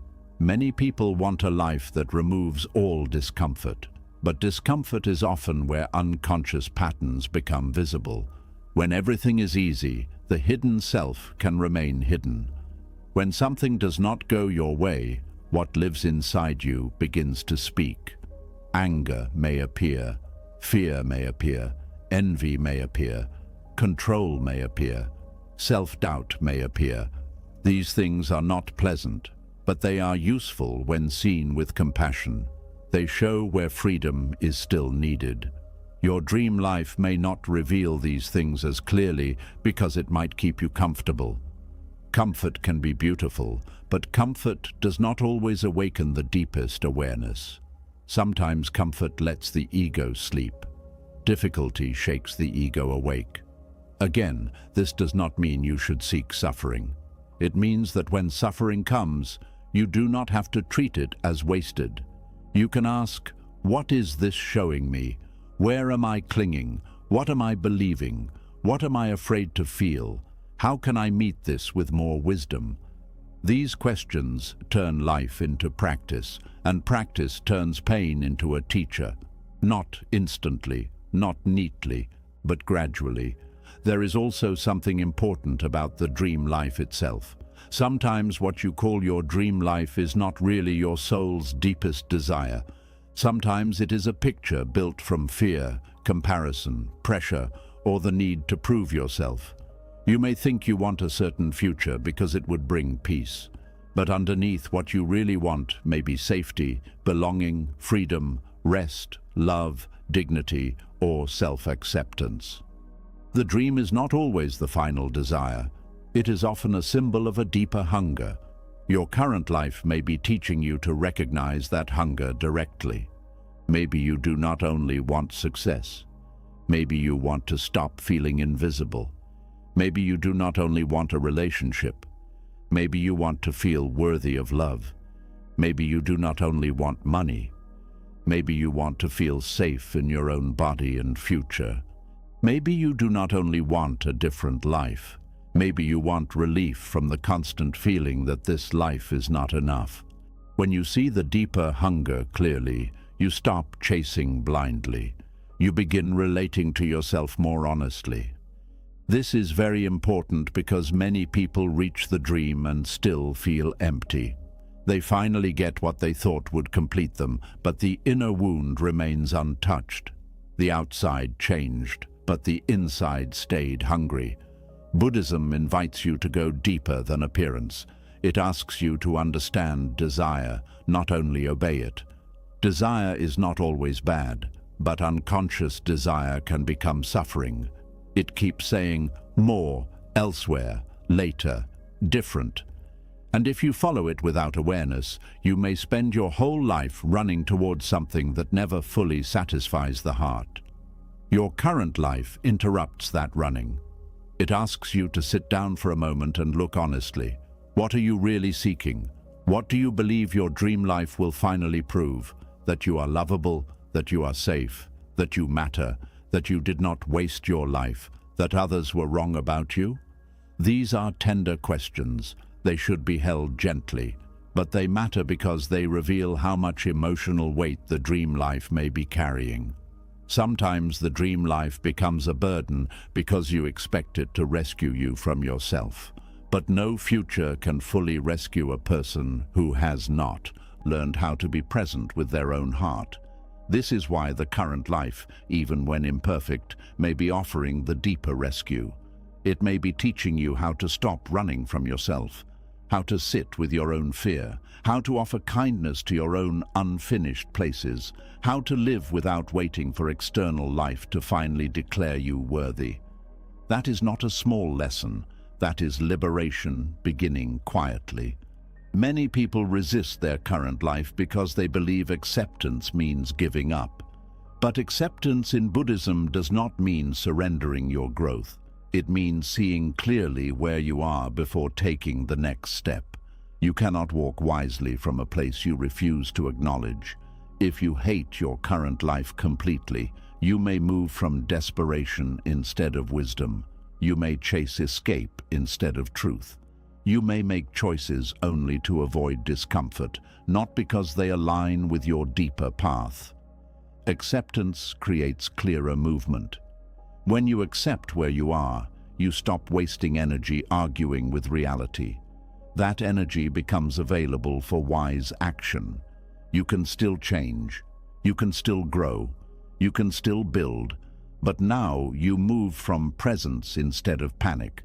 This is the difference between running away from your life and walking forward from it. Running away carries fear. Walking forward carries awareness. Your current life may be teaching you this difference. It may be showing you that transformation does not require hatred of where you are.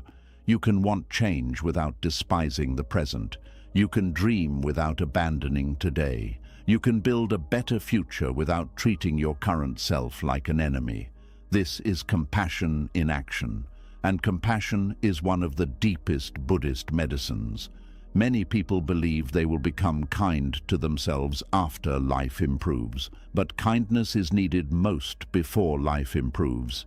During the messy part, during the uncertain part, during the ordinary part, during the season when there is no applause. The dream life may be easier to love. The current life teaches you how to love without perfect conditions, and that kind of love is stronger. It is easy to love yourself when you feel successful, but can you treat yourself gently when you feel behind? It is easy to feel grateful when life is beautiful. But can you notice one small blessing during a hard day? It is easy to trust when the answer is clear, but can you keep breathing when the answer is not here yet? These are the questions that shape the soul. Your current life may also be teaching you how to become less dependent on fantasy. Fantasy can comfort temporarily, but it can also become an escape from participation.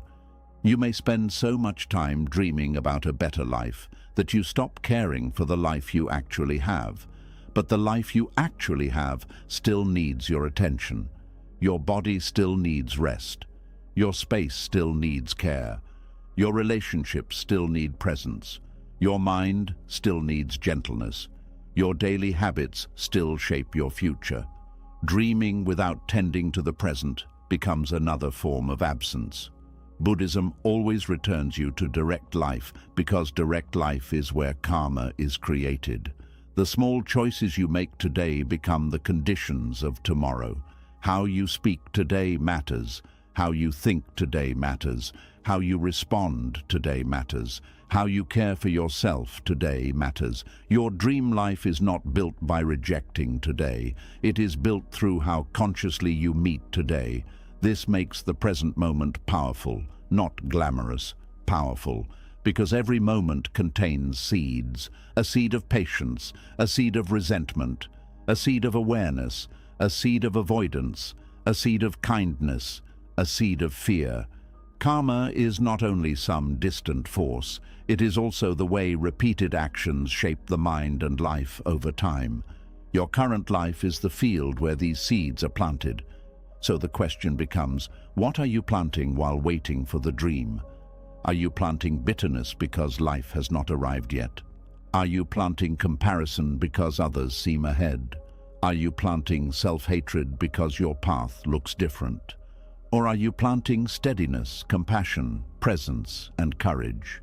This matters deeply because who you become while waiting often determines how you will receive what comes later. If your dream life arrived tomorrow but your mind remained full of fear, you might not enjoy it. You might worry about losing it. Compare it to someone else's. Demand more immediately. Feel unworthy of it. Use it to prove yourself instead of experience it with gratitude. This is why preparation of the heart matters. Sometimes the current life is not blocking your dream life. It is preparing you to hold it with wisdom. It may be teaching you patience so success does not make you arrogant. Teaching simplicity so abundance does not make you empty. Teaching compassion so love does not become possession. Teaching presence so achievement does not become another restless chase. Teaching humility so growth does not turn into ego. These lessons are not always comfortable, but they are protective. There are blessings that require inner space before they can be received peacefully. And sometimes life delays certain things because the inner vessel is still being shaped. Again, this does not mean every delay has a neat explanation. Life is complex. Pain is real. But it does mean your current life may contain hidden preparation even when the mind cannot fully understand it. This perspective reduces resentment. Instead of constantly asking, "Why am I not there yet?" you begin asking, "What can I learn here that will help me walk more wisely there?" That question changes everything. It gives dignity to the current season. It turns ordinary life into training. It turns waiting into practice. It turns imperfection into a teacher. And perhaps most importantly, it helps you stop treating your present self as someone who must be escaped. You do not need to escape yourself to become whole. You need to return to yourself with more honesty and compassion. That return can begin right here, inside the life that feels unfinished, inside the day that feels ordinary, inside the body that feels tired, inside the questions that remain unanswered, inside the dream that has not yet arrived. This is where awakening begins. Not in some perfect future where everything finally makes sense, but in the exact place where you learn to stop rejecting your life long enough to actually live it. Tonight, perhaps you can look at your current life with softer eyes, not as a punishment, not as a failure, not as proof that you are behind, but as a teacher that may be shaping patience, depth, courage, humility, and presence in ways comfort never could. Your dream life may still come. You may still grow, heal, build, love, succeed, and become more fully yourself. But do not miss the teachings hidden here. Do not miss the quiet wisdom of this unfinished chapter. Do not miss the strength being formed in ordinary days. Do not miss the compassion growing through struggle. Do not miss the sacredness of the life that is already breathing beside you, because the life you are living now may be teaching what your dream life cannot. And if you can receive its lessons without hatred, without rushing, without abandoning yourself, then even this imperfect moment becomes part of your awakening. After beginning to see your current life as a teacher instead of only a problem, another quiet realization starts appearing beneath the surface. Much of your fear may not actually be about the present moment at all. Much of it may come from constantly trying to protect a future version of yourself that does not even exist yet. A version that must never fail, never suffer, never be rejected, never lose control. And the exhausting part is that you may be sacrificing your real life now in order to defend that imagined future self from pain that has not happened. There is a strange sadness in the way many people live. They move through life carrying an invisible responsibility to protect a future version of themselves at all costs. Every decision becomes filtered through fear. Every risk becomes dangerous. Every uncertain step becomes emotionally heavy because the mind keeps whispering, what if this ruins your future? What if you regret this? What if this hurts the person you are trying to become? And slowly, the future self becomes more important than the living person breathing here now. This happens so quietly that most people never notice it. They think they are simply being responsible, careful, mature, strategic. But underneath that carefulness is often deep fear. Fear of pain, fear of failure, fear of becoming someone disappointed, ashamed, lonely, unsuccessful, abandoned, or broken. So the mind begins building an imaginary future self that must be protected constantly. Protected from embarrassment, protected from uncertainty, protected from emotional risk, protected from loss, protected from discomfort. And because of this constant protection, life starts becoming smaller and smaller. The heart closes before love can deepen. Dreams are abandoned before failure becomes possible. Truth remains unspoken because rejection feels too dangerous. People stay inside familiar suffering because unknown change feels threatening to the future self they are trying to preserve. But Buddhism asks a very important question. Who is this future self you are trying so hard to protect? Right now, that person does not fully exist yet. The future self is partly imagination, partly projection, partly fear. Of course, the future matters. Buddhism does not teach recklessness or irresponsibility. Caring about tomorrow is natural. Wise preparation matters. Healthy planning matters. But there is a difference between caring for the future wisely and becoming psychologically imprisoned by it. Many people no longer know how to live because they are too busy trying to guarantee safety for a version of themselves that only exists in thought. And the painful irony is this: the more tightly they try to protect that imagined future self, the less alive they become in the present. Life becomes calculation instead of experience, defense instead of participation, avoidance instead of openness. The future self slowly turns into an emotional idol.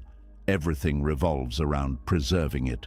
The current moment becomes sacrificed constantly in service of this imagined future safety.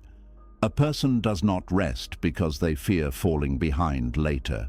They do not speak honestly because they fear future rejection. They do not slow down because they fear future failure. They do not allow vulnerability because they fear future heartbreak. They do not try because they fear future humiliation.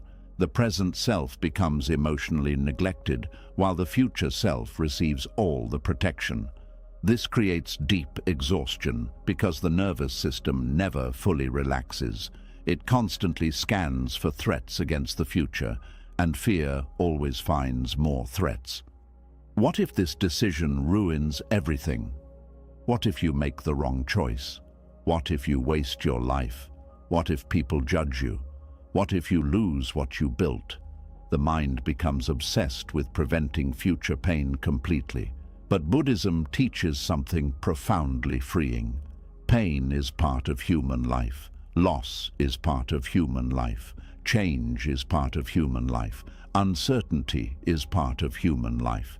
Trying to create a future completely untouched by vulnerability is impossible, and the attempt itself creates suffering. This is why letting go becomes so important spiritually. Not giving up on life, not abandoning wisdom, but releasing the impossible burden of guaranteeing a painless future identity. Many people are not actually living. They are managing risk emotionally every hour. They monitor themselves constantly, analyze themselves constantly, correct themselves constantly. They become afraid of mistakes because mistakes threaten the future self-image they are trying to preserve. But human beings grow through direct experience, not perfect control. A child learning to walk falls repeatedly. A heart learning to love risks pain repeatedly. A soul learning wisdom encounters confusion repeatedly. Life itself is messy, fluid, unpredictable. The future self you are trying to protect may never unfold exactly as imagined anyway. This sounds frightening at first, but it can also become deeply liberating. Because once you stop worshipping a fixed future identity, you become more available to life as it actually unfolds. Many people secretly believe there is a final version of themselves they must eventually secure. A perfectly healed self, a perfectly successful self, a perfectly respected self, a perfectly safe self, and until they reach this imagined identity, they feel emotionally incomplete. But Buddhism gently dissolves this illusion. The self itself is constantly changing. The person you were 5 years ago no longer fully exists. The person you will become 5 years from now is still unfolding. Identity is not fixed stone. It is flowing process. This realization changes how you relate to fear, because now you stop treating the future self as something fragile that must be perfectly preserved forever. Instead, you begin trusting your ability to adapt, grow, and meet life as it changes. This trust matters deeply.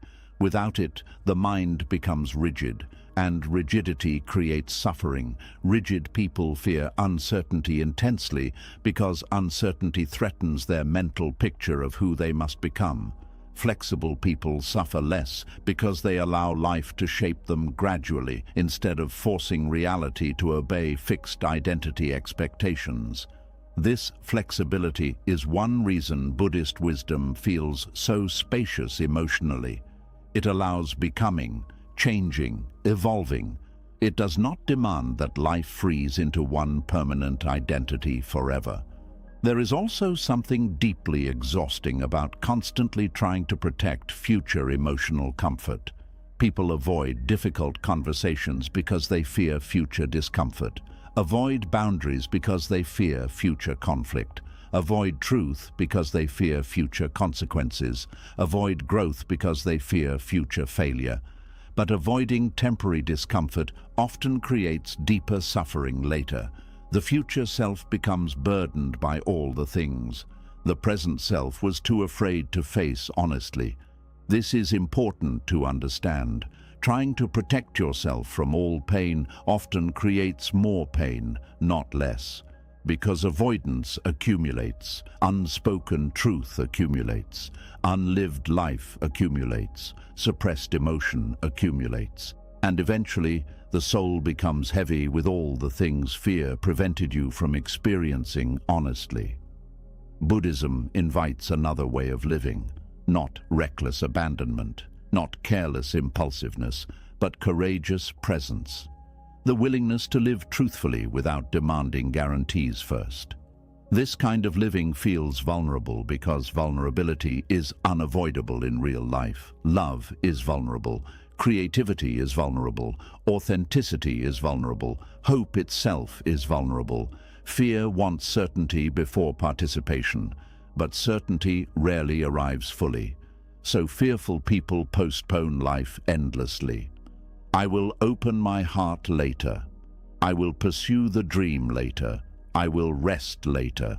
I will live honestly later. But later keeps moving, and meanwhile the present self remains emotionally abandoned. This abandonment becomes one of the deepest hidden wounds in modern life.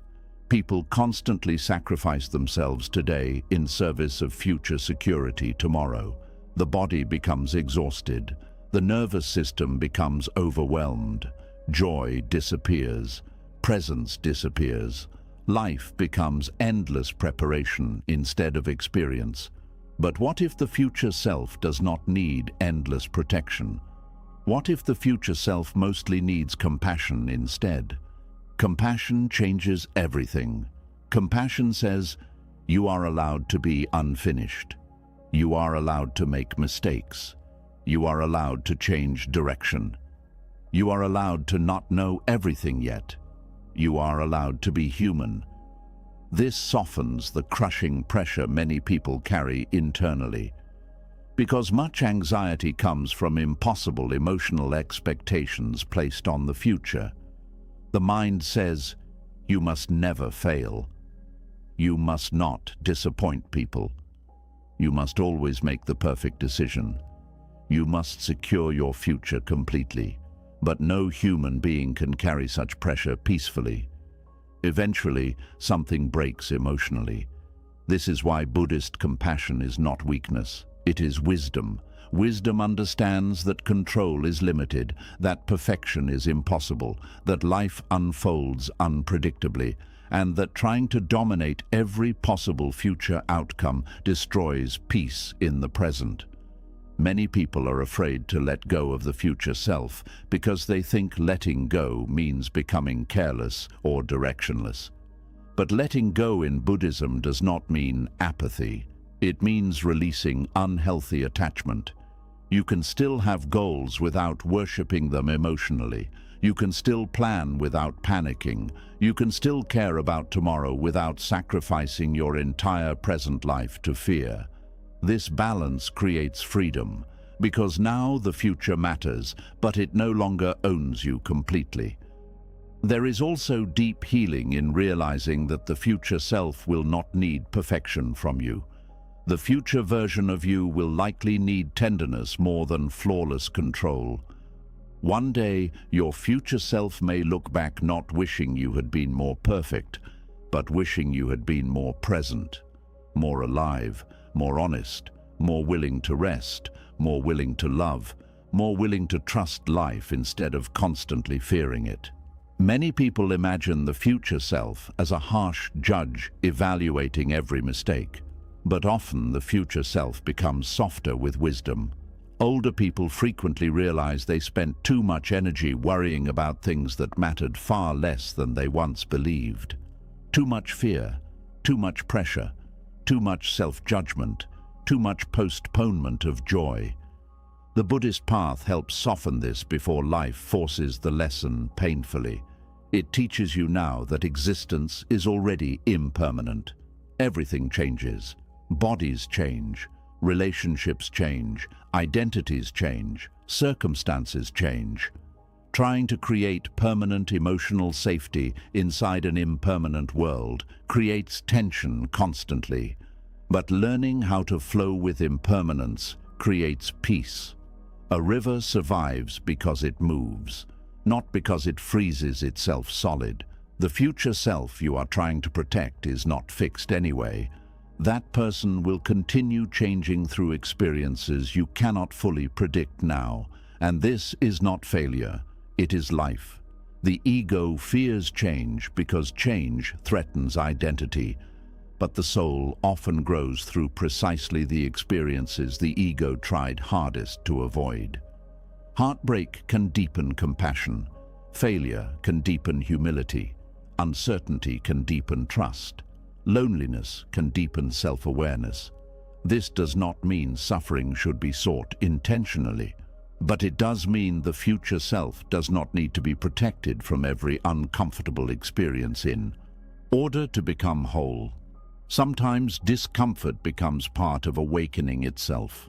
There is another hidden problem with overprotecting the future self. It disconnects you from gratitude, because the mind becomes so focused on securing tomorrow that it stops appreciating today. Meals become rushed, conversations become distracted, rest becomes guilt, beauty becomes overlooked. Everything becomes about future optimization instead of present aliveness. But life is happening now, not only in the imagined future version of yourself. The current self deserves attention too. The current body deserves rest too. The current heart deserves kindness too. The current moment deserves presence too. This realization creates enormous emotional relief, because now you stop treating the present merely as raw material for future achievement. The present becomes worthy in itself. Breathing becomes enough sometimes. Sitting quietly becomes enough sometimes. Existing without constant self-improvement becomes enough sometimes. This interrupts the endless striving culture that dominates modern life. People are constantly taught to optimize themselves endlessly, become better, smarter, more successful, more productive, more attractive, more disciplined.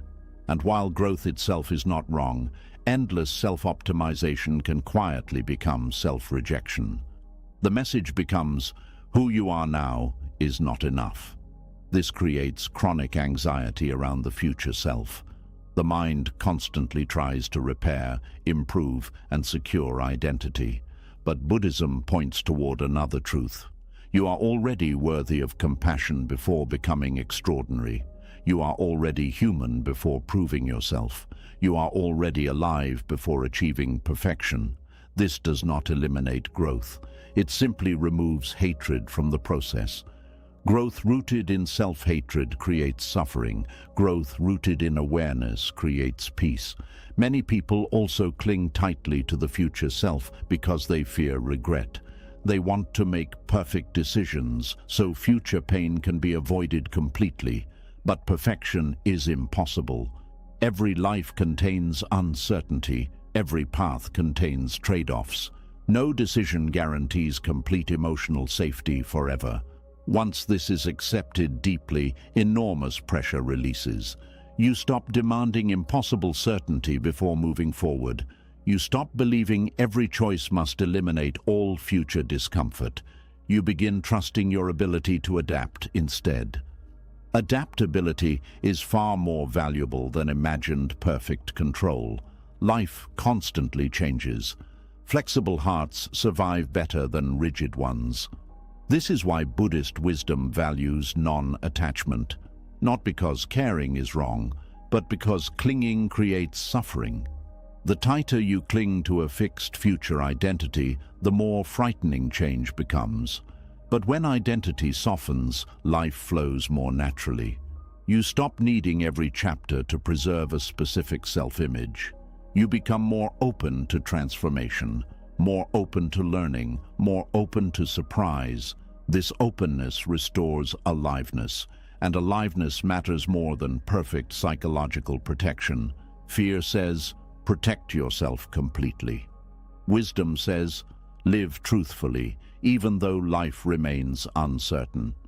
This difference changes everything, because one path creates endless contraction, the other creates freedom.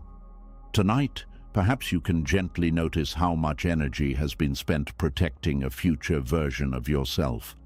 The future version that must never fail, never suffer, never disappoint, never feel lost.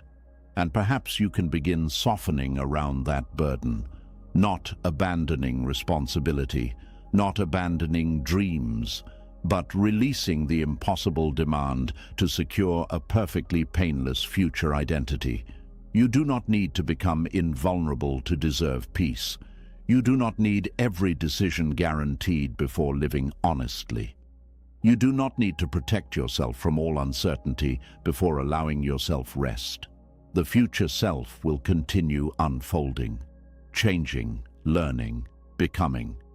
And perhaps what that future self will need most from you is not endless fear and control. Perhaps it will need the courage you practice today, the compassion you offer yourself today, the honesty you allow today, the presence you return to today.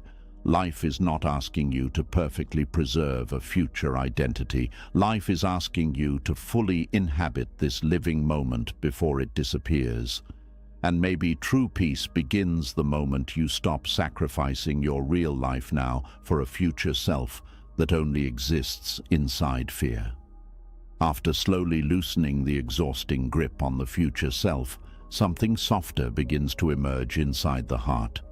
The pressure to control every outcome starts weakening. The need to predict every possibility starts fading slightly. And beneath all that noise, something incredibly simple begins, waiting quietly for your attention.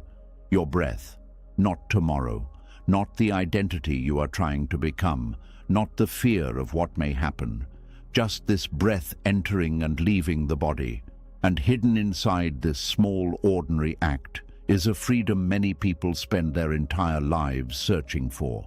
There is something deeply healing about realizing that life does not have to be carried all at once.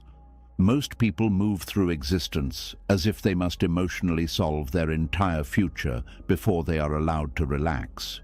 They carry tomorrow in their chest constantly, next year, next decade, every possibility, every fear, every unfinished responsibility. And because of this, the nervous system never truly rests. The mind keeps racing ahead while the body struggles to keep up. But breathing changes this. Breathing brings life back down to human size. One inhale, one exhale, one moment. This sounds almost too simple at first. The mind wants more complicated answers. It wants grand solutions, dramatic transformations, complete certainty. But Buddhism often returns to very simple things because simple things reconnect people with reality. And reality is always happening now, not later, not after you finally become perfect, not after every fear disappears, now. The breath becomes sacred because it anchors awareness inside direct experience instead of mental projection. Fear almost always lives somewhere else, in tomorrow, in imagined outcomes, in future pain. But breathing always happens here. This is why anxious people often breathe shallowly without realizing it. The mind leaves the present so frequently that the body tightens automatically.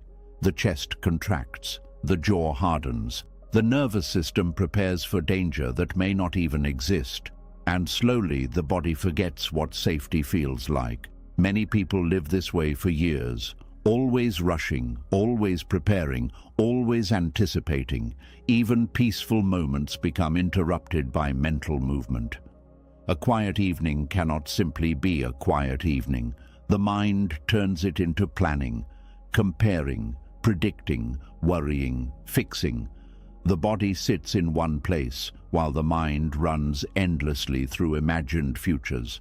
This constant running creates enormous exhaustion. Not only mental exhaustion, spiritual exhaustion. The soul becomes tired of living everywhere except the present moment. This is why breathing becomes more than physical survival.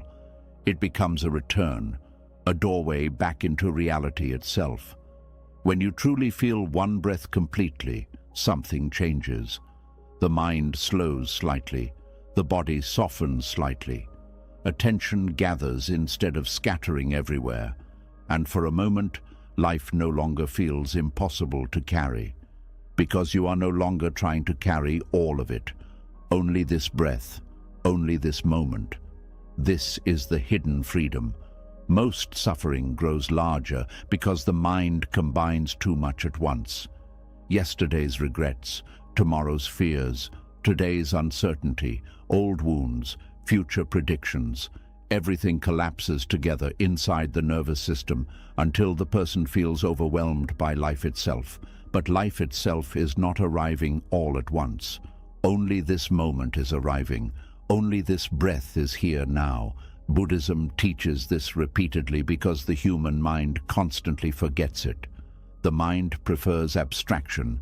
It turns life into giant emotional concepts. My entire future, my whole identity, my entire purpose, my complete healing.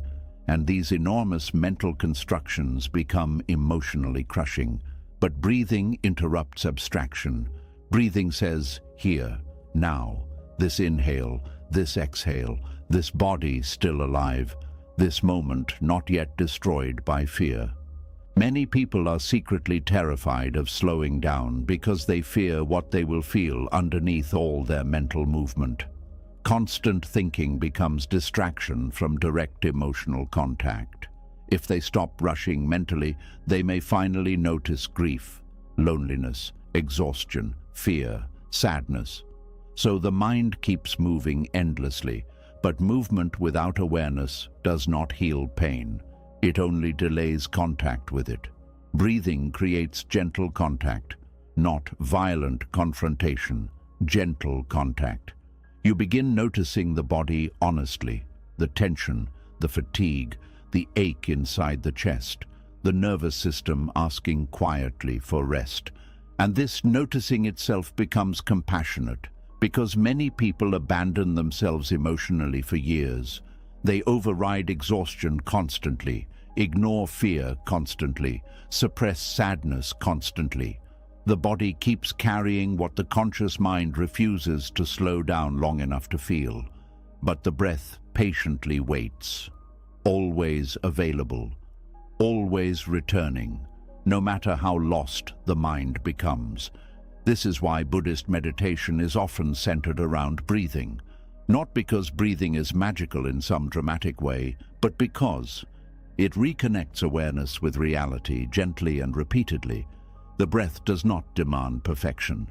It simply invites return, again and again and again. The mind wanders into fear, return to breath. The mind wanders into future disaster, return to breath. The mind wanders into shame, return to breath. This repeated returning slowly retrains the nervous system away from chronic panic. Over time, the body begins learning that it does not need to live permanently braced against life. This learning changes emotional experience profoundly, because most people think freedom means controlling external circumstances completely. But external life will always contain uncertainty. People change, bodies change, circumstances shift, plans fail, seasons transform. Trying to secure permanent external certainty creates endless suffering, but inner freedom grows differently. Inner freedom grows through the ability to remain present, even while life remains imperfect. Breathing teaches this directly. The breath continues even during uncertainty, even during grief, even during confusion, even during unfinished seasons. This continuity becomes deeply stabilizing. The breath quietly reminds you, you are still here. You are still alive. This moment can still be met. There is tremendous wisdom hidden inside this simplicity. One breath at a time means you stop demanding that the nervous system survive the entire future immediately. Many anxious minds unconsciously try to emotionally survive every possible future outcome all at once. What if I fail? What if I lose them? What if everything changes? What if life becomes too painful? The nervous system collapses under this imagined weight. But breathing reduces existence back into manageable reality. Not forever, not next year, just now. Can you meet this breath? Usually the answer is yes, even during difficult moments. This creates emotional spaciousness, and spaciousness interrupts panic. Panic thrives when the mind feels trapped inside enormous imagined futures. Presence softens this by shrinking attention back to what is directly here. This is one reason nature often feels healing. Nature exists one moment at a time naturally. Trees are not mentally rehearsing next month constantly. Rivers are not catastrophizing tomorrow endlessly. Birds are not comparing their entire life path to other birds.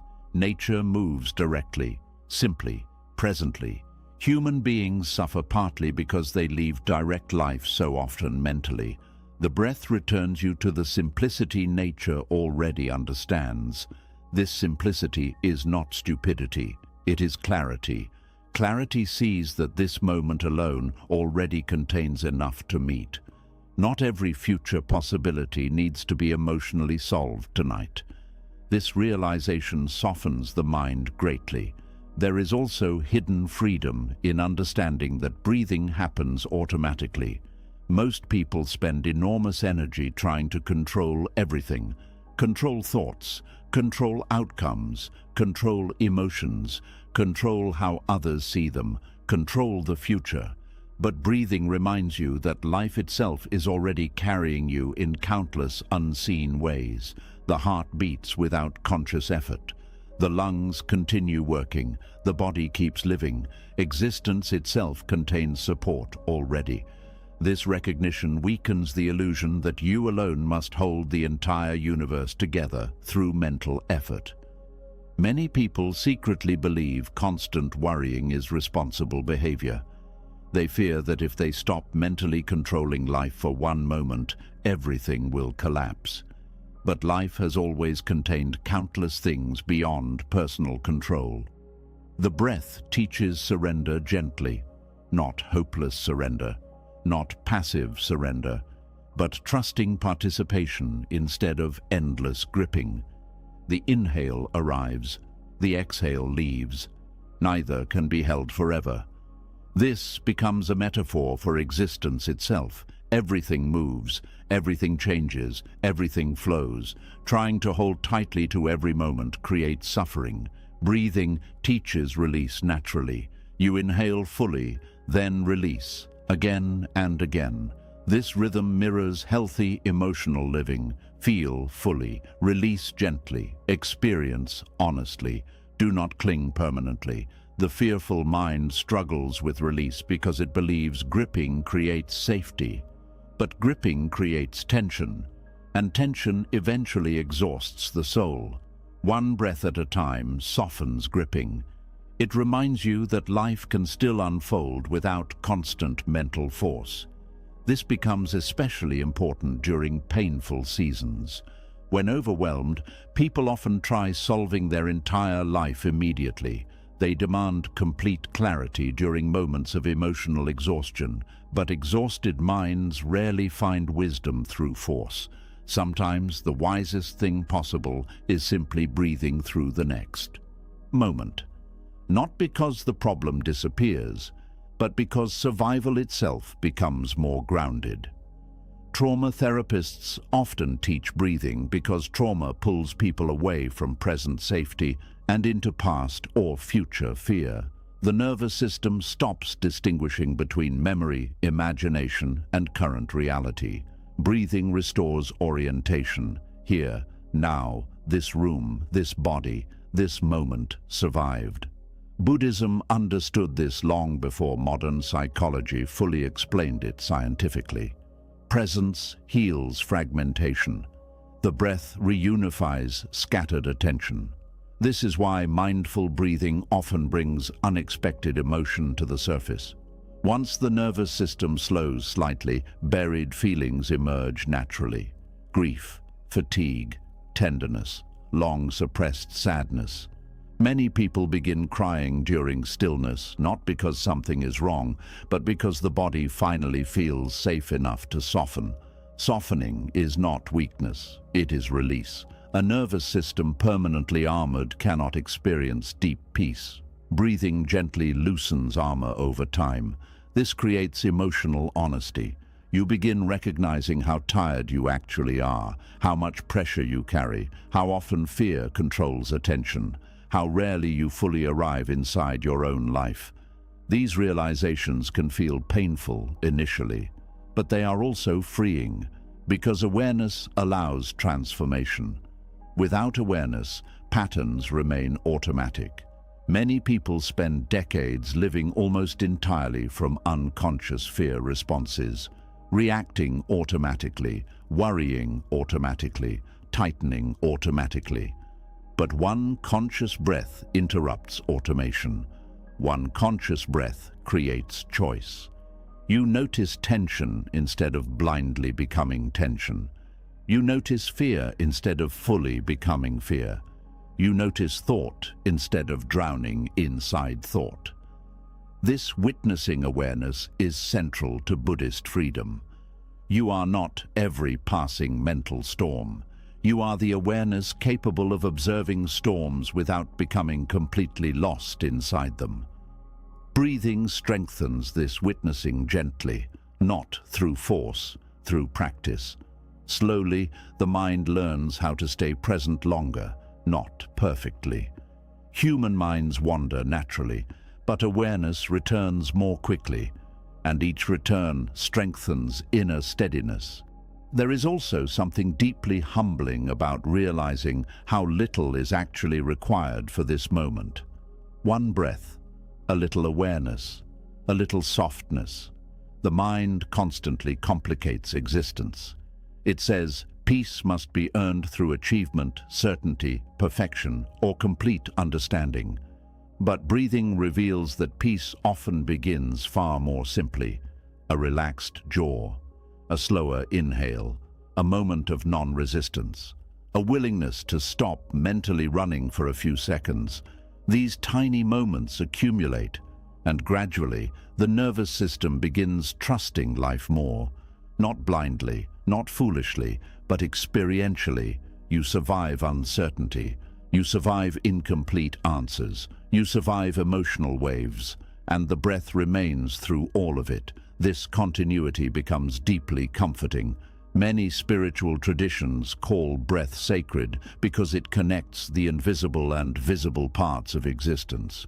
You cannot see breath directly, yet life depends on it completely. In the same way, much of what sustains human beings remains invisible. Love, presence, awareness, compassion, stillness.